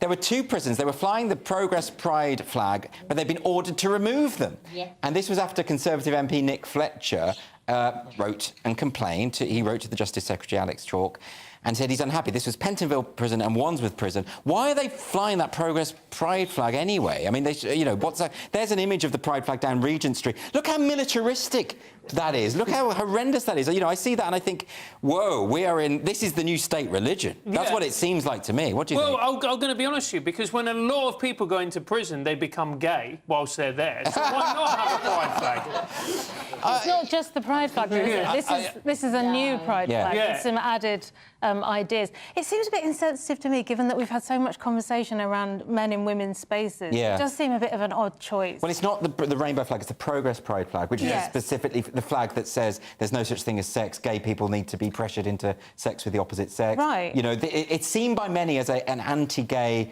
anti-women flag, which is weird. Like, why would you fly something that's so dodgy? Well, I'd love to know why. I would love to know, and I wonder whether is it a small number of activists getting in and making this happen. I doubt it's the general prison population voting for it. I'd be very surprised. I hadn't even thought about that, Francis, the idea that actually, because a lot of people in prison, men in prison, turn to same-sex relations, it's a very positive, progressive step. It is a very positive... So beautiful, actually. Yeah, it's very beautiful. Like, people go in, they discover another side of themselves. And as a result, another side of their friends, you know, and as a result of that, it's a very progressive place, prison. Yeah, well, let's all go to prison. Yeah. OK, so... Careful what you wish for, Andrew. Next question from David. Where's David? Hi, David. Hello. Hi. Is Macbeth too triggering for audience members? Yeah, apparently it is. There have been a slew of Macbeths recently. There was the one in Stratford. Yep. There's the one with Ray Fiennes that's coming up, and there's the one with David Tennant at the Donmar. And this one at the Donmar has a trigger warning. Now, there's been a lot of this sort of stuff. There's been trigger warnings outside Richard III, I think. I think there was a suicide warning outside Romeo and Juliet. There was a trigger warning on Julius Caesar at a university, sort of saying that this involves death and murder at some point. I would say if you don't know that about Julius Caesar, you shouldn't be studying English literature to begin with. But this is Macbeth. The warning said that there's issues of postnatal mental health concerns. I don't think it's actually postnatal specifically. I mean, Lady Macbeth has had a baby sometime in the past. Yeah. But the reason she's gone nuts is because she colluded in the murder of Duncan, right? So, and you don't need a warning on Macbeth. No, it's a tragedy. It's going to be upset. If it's not upsetting, it's not doing its job. I think some theatres should have a trigger warning that this is going to be really boring. Yeah, well, there's that. They should. They're just like, this is going to take 3.5 hours and it's not going to be very entertaining. And the worst bit is you're going to have to leave the theatre and pretend to all your mates that you really enjoyed it and understood everything they said. You know, there is something to that. I mean, I saw this very woke comedian doing a set. I won't name names because I don't want to be mean, but she was awful, you know, obviously. And the audience are there And you can see they hate it, but they feel they have to laugh along because she's saying all these progressive stuff about sexuality. Painful. Really painful. And someone said to me recently, they think that's the punishment for the woke, is they have to pretend to like this stuff. And that's their punishment. Perfect. I think that's fair enough. Yeah, do you think absolutely. that Macbeth... I mean, come on, but Shakespearean tragedy, it's going to be a bit unpleasant. That's the whole point. I mean, of course it's going to be a bit... But it's not unpleasant, is it? It's dramatic and it's interesting and it's delving into ideas. It's not really happening to you, it's just a play. It's just a play, it's just theatre. Let's thrash these ideas out in a play rather than in real life. Well, There's exactly. An idea. Yes. So, no trigger warnings. It's not real. If you go and see Titus Andronicus, you know, when he kills those two boys and minces them up in a pie and gets their mother to eat the pie, that's not actually happening. Right. Just so you know. It depends. If you're in Croydon, it might. Yeah, that is true. So, on that note, next on Free Speech Nation, author and broadcaster John Oxley will be joining me in the studio, and we're going to discuss what the cuts to the BBC's flagship Newsnight show mean for the future of investigative journalism. See you in a moment.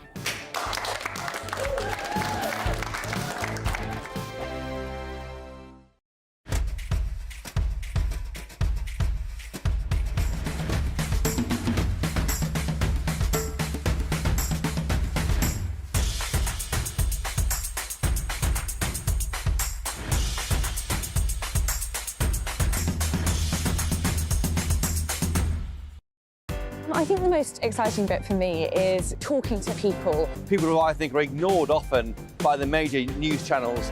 We're going to give news they want to hear. There's a voice there that needs to be heard. I think there's a chance here for a diversity of opinion to be expressed, which you don't find elsewhere. It's really exciting. We don't hold back. We're free to say how decisions that are taken here affect us all around the country.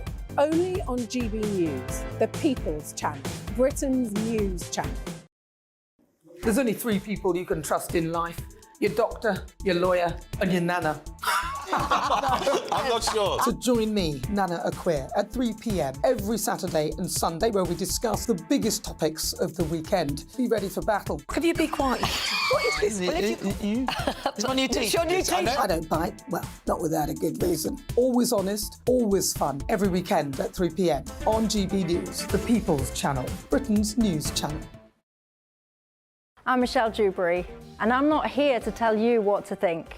I'd much rather hear what you have to say. So, send in your opinions to gbviews@gbnews.com. Keep them clean, and you never know, I might read them out. With my panel here on Jubes & Co, we debate, we get stuck into the issues of the day on a show where all views are welcome, especially yours. GB News, the People's Channel, Britain's news channel. Join us every night on GB News at 11 p.m. for Headliners, which is 3 top comedians going through the next day's news stories, which is exactly what you need, because when the establishment has gone crazy, you need some craziness to make sense of it. Headliners. You don't have to bother reading the newspaper. We've got it covered for you. Every night at 11 p.m. and repeated every morning at 5 a.m. We won't send you to sleep like some of the other paper review shows out there. So join us 11 p.m. every night on GB News, the People's Channel, Britain's news channel. Who is it? We're here for the show. Welcome to the Dinosaur Hour with me, John Cleese. I was married to a therapist. And you survived? I thought we were getting Hugh Laurie. Second best. You interviewed Saddam Hussein. What's that like? I was terrified. I'm playing strip poker with you three. Oh! No, thank you. My CDs need to be put in alphabetical order. Are you going to be problematic again? The Dinosaur Hour. Sundays on GB News.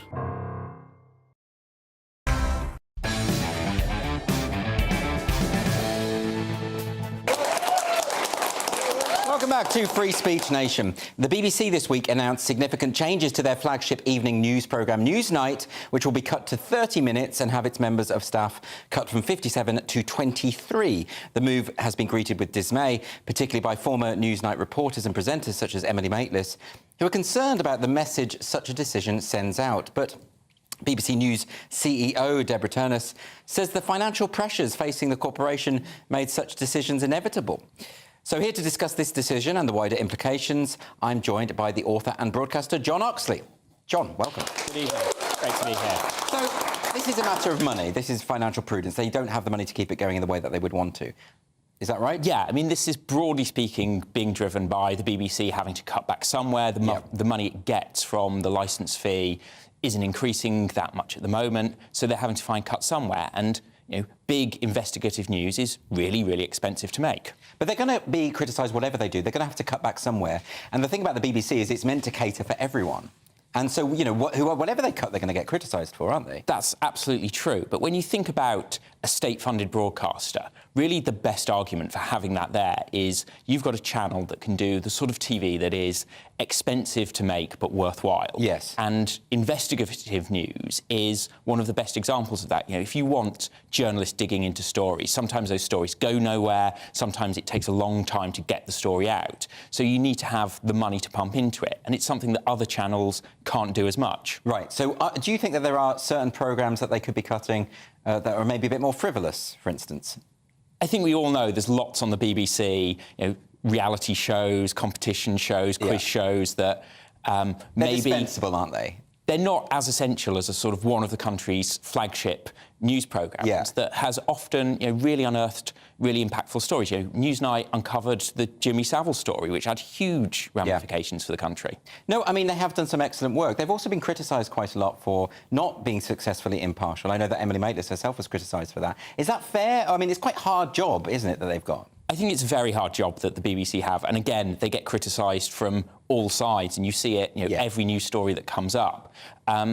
But that, I think, only gets harder if you're going to be cutting away from this investigative stuff and becoming more of an interview, more of a chat programme. Yes. Because the good thing about investigative news is generally they'll pursue a story no matter who it affects. So why do you think they've made this choice to cut back on the things that are necessary as opposed to the things that are frivolous? Is it because that they're under pressure to basically get more numbers, They're having to justify the licence fee all the time. Yeah, it's exactly that. And the easiest way to justify the money you're spending is look at the viewers we're pulling in. And for some things that's great, and there are big BBC success dramas, for example. But I think also there's a big argument if you're the BBC to say, no, actually, we don't have to chase numbers. What we can do is produce really good TV. And, you look at some of the educational stuff that they do, programmes with sign language, which not many other channels do. Those don't appeal to a huge amount of people, but they're very worthwhile. And that's the sort of thing that if you're not there to make money, you can spend some money on. I think that's a really interesting point. I mean, whenever the Arts Council are criticised for the things they've done, they will point to one of their shows that they funded that went on to be a huge commercial success in the West End. But actually, I don't think that's what they should be for. They should be for the more obscure shows that will never have that commercial potential, but be artistically valid. And maybe they should apply that kind of logic to the BBC. Absolutely. And one of the things you might remember a few years ago, there was a big controversy when the Great British Bake Off moved to Channel 4. Oh, yes. Actually, that's the perfect example of what the BBC could do. They found a really interesting programme. No one was really trying to pick it up. They took it on for a few series. It became a huge success, and then it moved on to commercial TV. Yes. So that's one thing that they can do. But also, sometimes you'll take those risks, and it'll be one of those programmes that maybe 100,000 people watch it rather than 10 million, but it means a huge lot, and throw it into that. Do you have any thoughts about where this is going in terms of the debates about the licence fee and that kind of thing? Some people have said the BBC should really be pushing for a subscription model and compete with other subscription platforms such as Netflix and that kind of thing. But if that happens, won't these kind of cuts become even more inevitable? Yes, they will, because if you're taking the money away, it becomes harder to put it into the programming. Netflix, at the moment, they can go out, they can borrow a huge amount of money from big venture capital firms. They run on debt. The BBC are not really in a position to do that, and they'll just get less and less, and it will mean more of this cheaper TV. But also, it makes it harder for them to compete, because if the BBC is doing what everyone else is doing, well, you might watch it on other channels like GBNews, for example. Yeah, absolutely. But then some people are saying that a lot of the best investigative journalism is coming from YouTubers and people who are sort of doing it for themselves. And they say that the BBC is too sort of plagued by sort of its woke politics, its woke ideology, and that it turns a blind eye to certain things. Do you think that's unfair? I think there's always a case about editorialisation. I think one of the big problems for the BBC is a lot of the decision-making has been centralised recently. So you don't have, a news crew up in Manchester or Liverpool that can get hold of something locally. But for big, big investigations, you need money, because you need to get out there and speak to people. You need to fly off around the world, potentially. And also you need the lawyers to approve it and make sure it's really watertight. And I mean, they've got a history of this, haven't they? I mean, if you think about the original Reithian principles of why the BBC was there, to inform, educate and entertain, it feels sometimes as though they're putting more emphasis on the entertainment aspect than the other two. Is that an unfair comment? No, I think that's very true. And you think some of the flagship BBC programmes of its history, you know, Kenneth Clarke's Civilization and things, yes, that was really erudite. And supposedly in an era where we have a better educated population, more people going to university, better education than ever, the BBC isn't producing these really interesting, challenging programmes. It's producing a lot of fluff. Yeah, why are they... I mean, Kenneth Clarke's a great example. That's such a brilliant series. And I watched it again recently, and I just think there's nothing like this at the moment. But I doubt the BBC would take the risk of doing something like that at the moment. No, and I think part of that is this whole thing about getting value for money from the BBC, that they're afraid to take risks because there's so much criticism, so many people willing to jump. You know, if they put a load of money into a series and it didn't come out or it wasn't that popular, they're back to square one, and that I think forces you to be very defensive. So we just need to be a bit more supportive of the BBC, you think, and not be so harsh in our criticism? I'm not sure of that. I think the BBC itself needs to really question, what are we here for, what are we going to make? And I think if they do it with sort of purpose and drive and passion, like they used to, they'll get enough things that stick, and you know, a bunch of us that might be critical or might not be that impressed by all their output would actually think, yeah, you know, I saw that thing on BBC Two the other night. I'm not sure anyone watched it, but it was great. And now you kind of have the advantage that with iPlayer and that stuff, if that happens, well, I go out and tell a dozen people, suddenly 3 months after it went out, it's a really popular show. And we've kind of seen that in the last few years with a couple of BBC things that Line of Duty, barely anyone watched the first series when it was on BBC Two. Then it became one of their hugest hits because they took a chance on something. Yeah, taking a chance. I think that's the key thing. John Oxley, thank you so much for joining me. Really appreciate it. And next up on Free Speech Nation, the causes of last week's Dublin riots have been the subject of much discussion, with far-right groups blamed by many. Irish journalist David Quinn wrote a very prescient article when riots occurred in Tottenham back in 2011, saying the conditions have been laid for something similar to happen in Ireland. And he's going to be here to tell us more. See you shortly.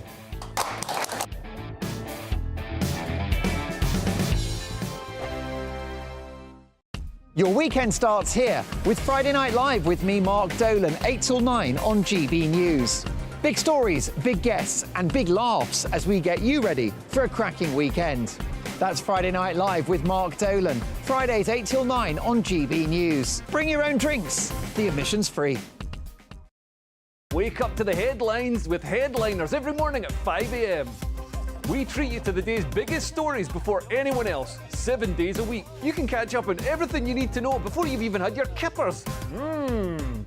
Headliners every morning at 5 a.m, only on GB News, the People's Channel, Britain's news channel.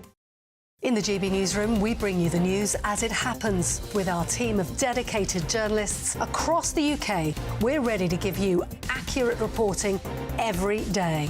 When the news breaks, we'll be there with bulletins on GB News, the People's Channel, Britain's news channel. Big news, big debates, big opinion. Patrick Christie's Tonight is the week's biggest show. Every weekday, 9 to 11 p.m, we've got the inside track on the day's top stories. There'll be sharp takes you won't get anywhere else. We will set the news agenda, not just follow it, and I want to bring you along for the ride. Whatever it is, we'll have our finger on the pulse. It's news, but it's this close to entertainment.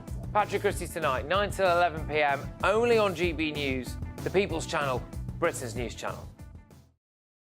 Good afternoon, Britain. Good afternoon, Britain. Join us, Tom and Emily, To find out what's happening in the heart of Westminster. and why it matters to you. Weekdays from midday, we bring you the most compelling stories from across the United Kingdom. And from your doorstep to our inbox. That's right, we want to hear from you. GB News, Britain's news channel. GB News, unlike other broadcasters, isn't obsessed with the London-Westminster bubble. We think there's a nation beyond the M25, and that's why we talk about the issues that matter across the land. Join me on State of the Nation, 8 to 9 o'clock, Monday to Thursday, on GB News. Daisy's listening, and you should too. I'm Andrew Doyle. Join me at 7 o'clock every Sunday night for Free Speech Nation, the show where I tackle the week's biggest stories in politics and current affairs with the help of my 2 comedian panellists and a variety of special guests. Free Speech Nation, Sunday nights from 7 on GB News, the People's Channel, Britain's news channel. Tired of the usual focus-tested, pre-prepared Westminster runaround? Well, so am I. So you want higher taxes? Is your department to blame for this? Are you rethinking this policy? Every Sunday at 9:30, I'll be sitting down with those in power to get the truth about the issues affecting you. Let's be honest, we've known about the cost pressures of this project for years, not months. That's the Camilla Tominey Show, a politics show with personality. On GB News, the People's Channel, Britain's news channel.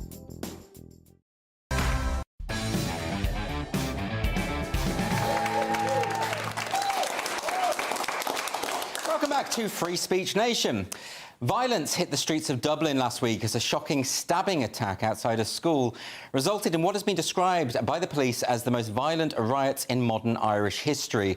There's been a lot of debate about the causes of these shocking events, with far-right groups and even former mixed martial arts star Conor McGregor blamed for some of the violence. So, following the Tottenham riots of 2011, Irish journalist David Quinn wrote what turned out to be a prescient article where he outlined why similar scenes could be witnessed in Ireland. And David Quinn joins me now. David, thanks very much for joining me.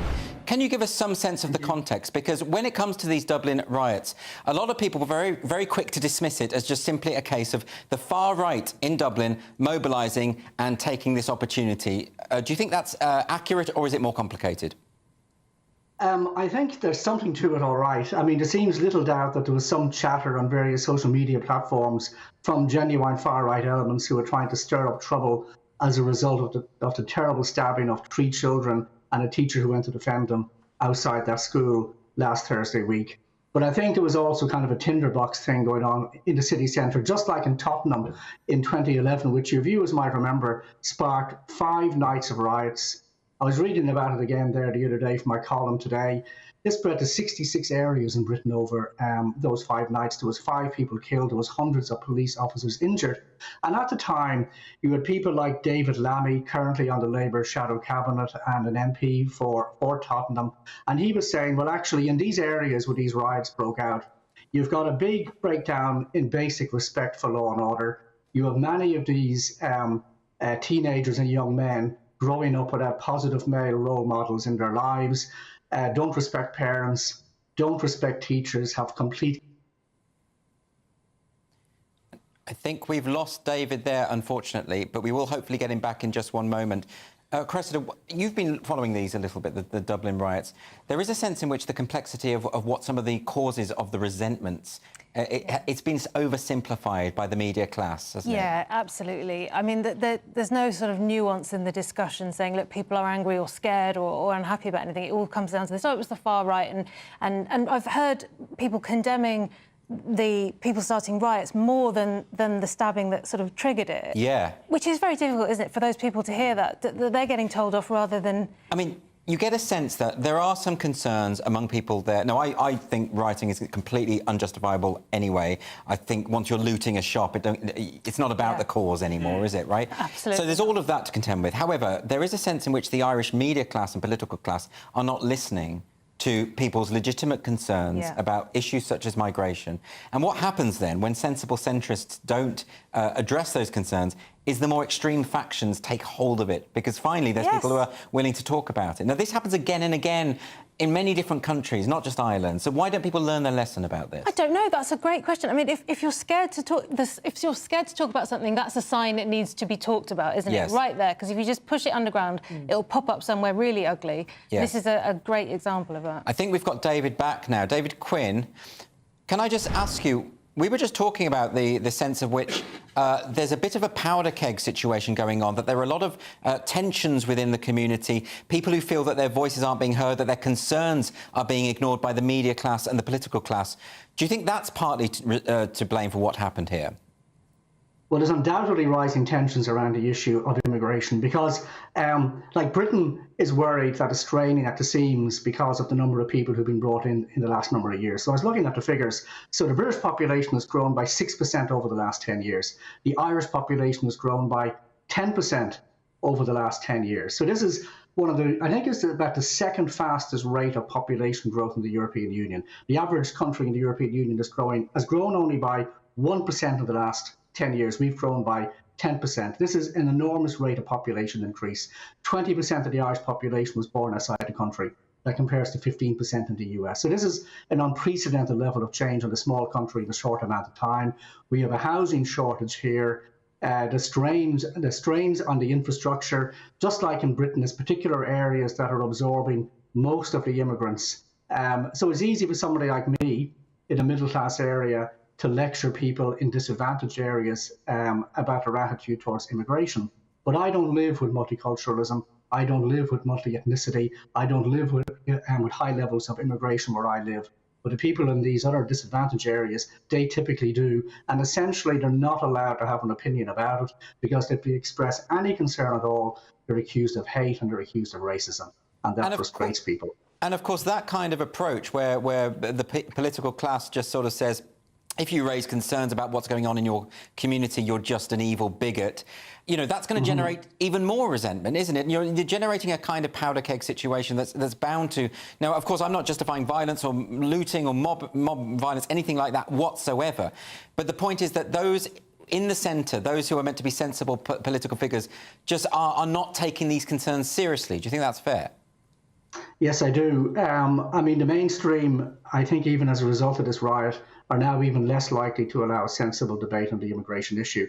And I don't know if you've had him on this programme. There's an academic working in Britain called Eric Kaufman. Now, I think we've lost David again there, but he was about to make a point about Eric Kaufman, who we have had on this show. But before, hopefully we can get David back in a moment, because I think it's very interesting what he's saying. But I want to come to you, Francis, about this. Do you have any particular responses to what David has said so far? I think David is actually really on the knuckle there. I think what he's saying is entirely accurate. The rate of change due to mass immigration has been... It's been intense, and I use that word accurately because for a lot of people, they've seen communities change rapidly in a way they simply aren't comfortable with. And if they start to vocalise this and say, hey, look, you know, the immigration is great, but there's too much immigration, and as a result, that is causing effects in my community that I'm simply not happy with. Yes. That is deemed to be unacceptable. But that's a legitimate concern. But then you also have, there will be some racist individuals who piggyback onto this, who opportunistically, you know, use this kind of situation to cause trouble.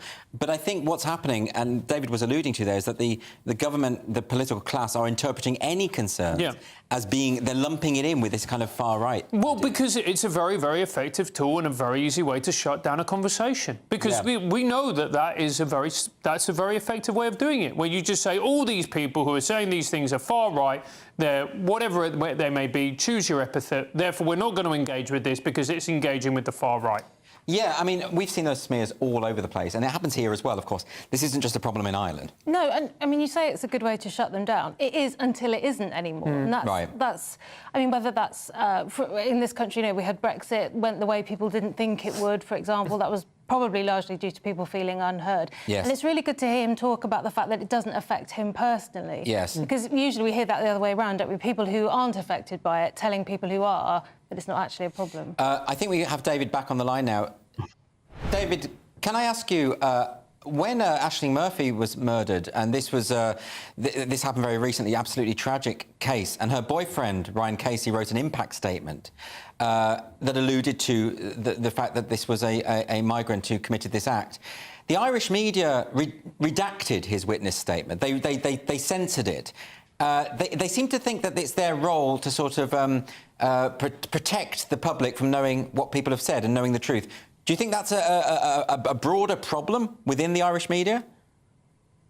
Well, I do. I mean, so Aisling Murphy's boyfriend, as you say, Ryan Casey, he gave a very long and impassioned victim statement, and it was very selectively quoted from by most of the media. Some of it did quote the thing in full, but he said the Ireland that Aisling and himself grew up in had changed, it had become more dangerous. I don't think he made any direct reference to immigration at all, but he did mention the fact that Aisling Murphy, his girlfriend's killer, had been in the country for a number of years purely on welfare, and he questioned why that was so.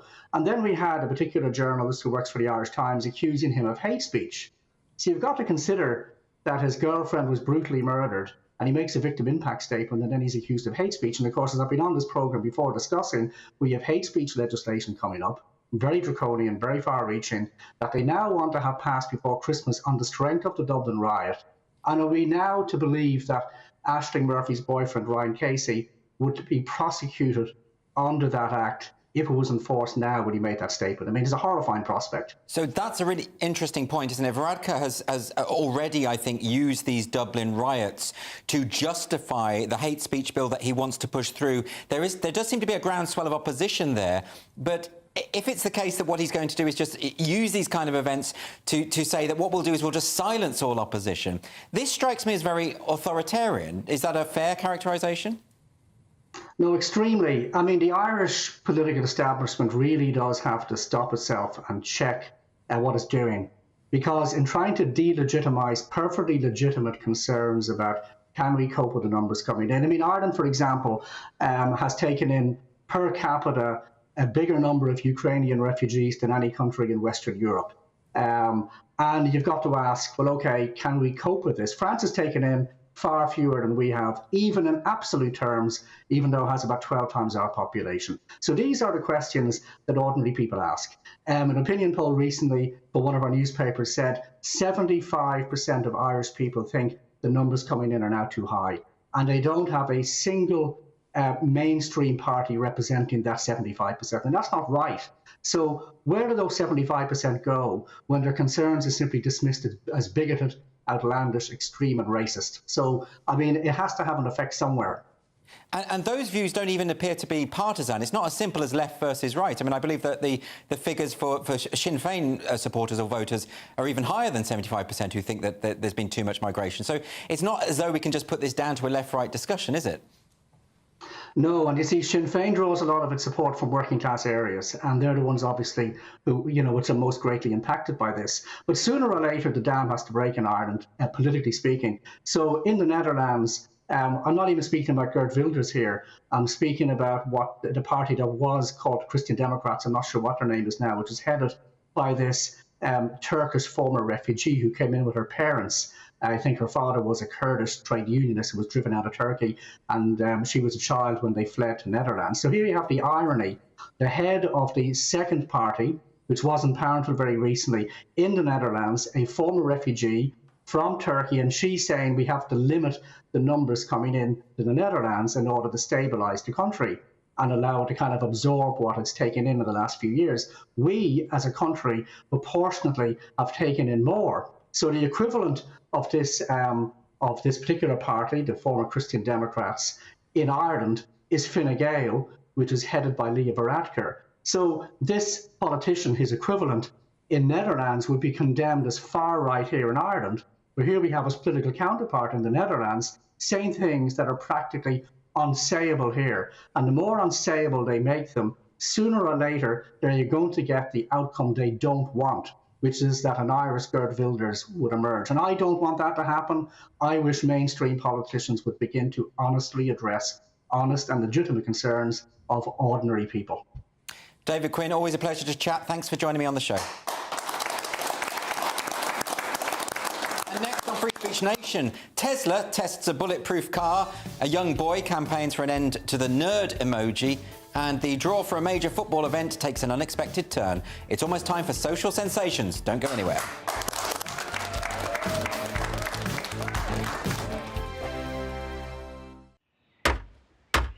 Who is it? We're here for the show. Welcome to the Dinosaur Hour with me, John Cleese. I was married to a therapist. And you survived? I thought we were getting Hugh Laurie. Second best. You interviewed Saddam Hussein. What's that like? I was terrified. I'm playing strip poker with you three. No, thank you. My CDs need to be put in alphabetical order. Are you going to be problematic again? The Dinosaur Hour. Sundays on GB News. Good afternoon, Britain. Good afternoon, Britain. Join us, Tom and Emily, To find out what's happening in the heart of Westminster. and why it matters to you. Weekdays from midday, we bring you the most compelling stories from across the United Kingdom. And from your doorstep to our inbox, That's right, we want to hear from you, GB News, Britain's news channel. I think the most exciting bit for me is talking to people. People who I think are ignored often by the major news channels. We're going to give news they want to hear. There's a voice there that needs to be heard. I think there's a chance here for a diversity of opinion to be expressed, which you don't find elsewhere. It's really exciting. We don't hold back. We're free to say how decisions that are taken here affect us all around the country. Only on GB News, the People's Channel, Britain's news channel. Join us every night on GB News at 11 p.m. for Headliners, which is 3 top comedians going through the next day's news stories, which is exactly what you need, because when the establishment has gone crazy, you need some craziness to make sense of it. Headliners. You don't have to bother reading the newspaper. We've got it covered for you. Every night at 11 p.m. and repeated every morning at 5 a.m. We won't send you to sleep like some of the other paper review shows out there. So join us 11 p.m. every night on GB News, the People's Channel, Britain's news channel. Tired of the usual focus-tested, pre-prepared Westminster runaround? Well, so am I. So you want higher taxes? Is your department to blame for this? Are you rethinking this policy? Every Sunday at 9:30, I'll be sitting down with those in power to get the truth about the issues affecting you. Let's be honest, we've known about the cost pressures of this project for years, not months. That's the Camilla Tominey Show, a politics show with personality. On GB News, the People's Channel, Britain's news channel. There's only 3 people you can trust in life. Your doctor, your lawyer, and your nana. I'm not sure. So join me, Nana Aquare, at 3 p.m. every Saturday and Sunday, where we discuss the biggest topics of the weekend. Be ready for battle. Could you be quiet? What is this? It's my new teeth. I don't bite. Well, not without a good reason. Always honest, always fun. Every weekend at 3 p.m. on GB News, the People's Channel, Britain's news channel.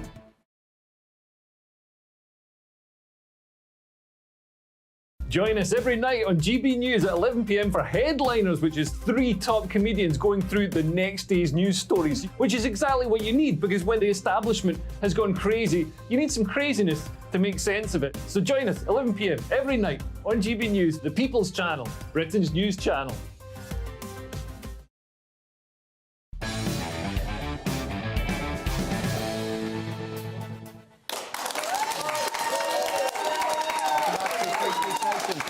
It's time for Social Sensations. That's the part of the show we look at what's been going viral this week on social media. First up, this video. Let's have a look at this one. This is a bit scary. Yeehaw. Your weapon, sir. Thank you, Stewart. Fire in the hole.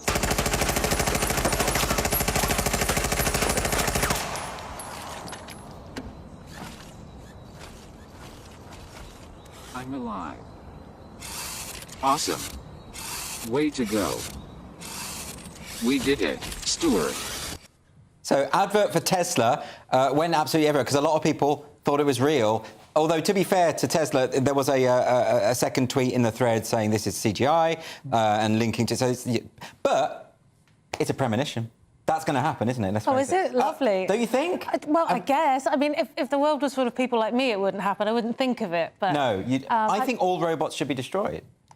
because that's where they're going, honestly. Yeah, clearly that's where they're going. It is where they're going. And don't think they won't become sentient. No, if of course. You know. Yeah, before you know it, you'll be married to one, Andrew. Right, exactly. Or your toaster will be, you know... Yeah, you could be in a relationship with your toaster. Imagine being able to make your toaster deeply miserable. Yeah, well, I don't want a toaster with AI, you know, criticising my helmet. I mean, I think they looked fantastic. The kind of Lady Gaga aesthetic was wonderful, but that's not the issue here. No, exactly. And if you can imagine it, it can come true. That's the problem. Like, we know that from Jules Verne. Yeah. We know that from the guy who invented the smartphone. He got that idea from Star Trek. Frankenstein, all of it, yeah. Yeah, so what you just saw, it's CGI today and it's Armageddon tomorrow. OK, so next up, primary school student Teddy Cottle has launched a petition calling for Apple to change the offensive and insulting nerd emoji. Let's have a look at this. Hi, my name's Teddy and I'm campaigning against this horrible emoji. So, this petition is all about changing the nerd emoji and making people with glasses feel like they're special. I hate the teeth at the bottom and the name. It's making me feel sad and upset. I mean, it's very sweet, isn't it? But like he sees himself in that emoji and thinks that it's upsetting. I'm upset for him. Really? I don't think this is the way to personal fulfilment for this kid. I hope... I don't want to criticise him. I hope this works out for him. Oh, the problem is, though, kids are expected to be activists these days, so... Oh, my I think he's kind of... goodness. I think he's doing it tongue-in-cheek. I hope he is. No, Good I luck, think he Teddy. is. I think he's having a bit of a laugh, isn't he? No, he's not. This is why, he's not. This is why we need bullying. Unbelievable. This is it. I knew you'd take a contrary position on this. No, I'm not. I'm serious. I had glasses. It's character building. Yeah. Right? You have your childhood destroyed, then you become a comedian, and then you do this show for around 100 quid once a month. It's gonna be great. You'll be fine. You'll be fine. You'll be 41, living in rented accommodation with rats for company. Just enjoy it. OK, this has turned into a therapy session for Francis Foster. But anyway, look, we've got time for another video. This is the draw for football's European Championship next summer proved unexpectedly entertaining.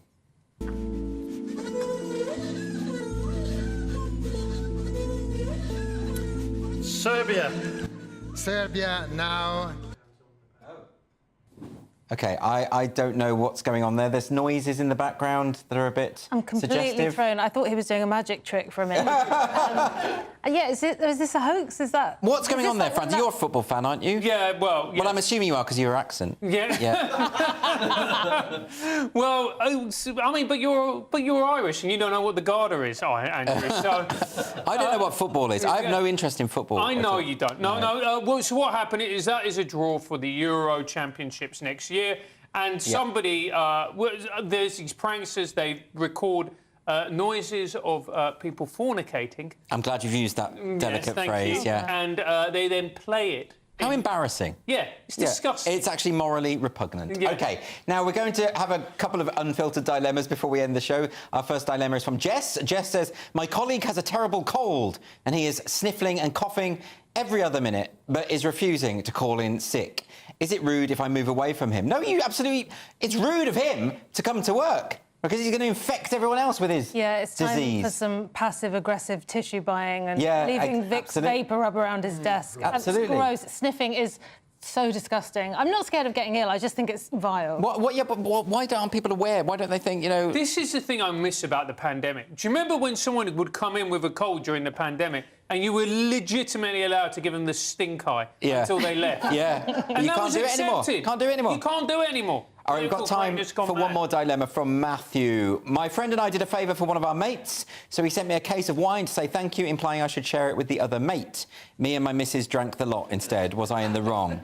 I think that's an open and shut case. What do you think? Yeah. Yeah, it's not right, is it? No, it's not right. No. Terrible behaviour. What do you think? Replace it. It's wine. There's lots of it about. Well, you should know, Cressida. Pot and kettle. Yeah, I know. No, I'm more sort of vodka and lime. Oh, you've changed. You've changed. Yeah, that's absolutely right. I have changed. OK, well, look, we've got just time for one more dilemma made from Joe. Joe says, it was my colleague's birthday this week, so our team bought her a cake. My shift was ending before they'd served it, so I helped myself to a slice. Was I in the wrong? Again, open and shut case. We don't have time for an answer, but, yeah... Lose some weight, mate. Outrageous from Francis Foster. No, it's true. You can always count on him. If you go around nicking cake, you're going to be slightly on the chunky side, aren't you? OK, thank you very much for joining us for Free Speech Nation. This was the week when Elon Musk took on the advertisers, the BBC was accused of being too white, and the left failed to condemn Hamas again. Thank you to my panel, Cressida Wetton and Francis Foster, and to all of my brilliant guests this evening. And by the way, if you want to join us live in the studio and be part of our audience, just go to www.sroaudiences.com. That's there on the screen right now. Stay tuned for Mark Dolan tonight. That's coming up right after the break. And don't forget that Headliners is on every night at 11 o'clock. That's the late-night paper preview show where comedians take you through the next day's top news stories. Thanks ever so much for watching Free Speech Nation. I'll see you next week.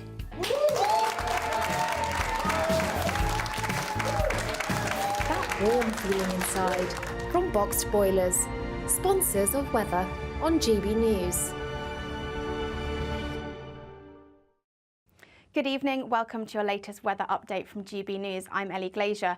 It's been a very cloudy and damp day for much of England and Wales today, but drier and brighter across much of Scotland and Northern Ireland. Low pressure sits out towards the southwest, slowly moving its way towards us through this evening and into the start of the new working week, bringing with it some very strong winds and some heavy rainfall as well overnight tonight. This rainfall turning to snow across the hills of Wales, parts of northern England as well, seeing some snowfall building up into the early hours of Monday morning, but a much milder night across the southwest.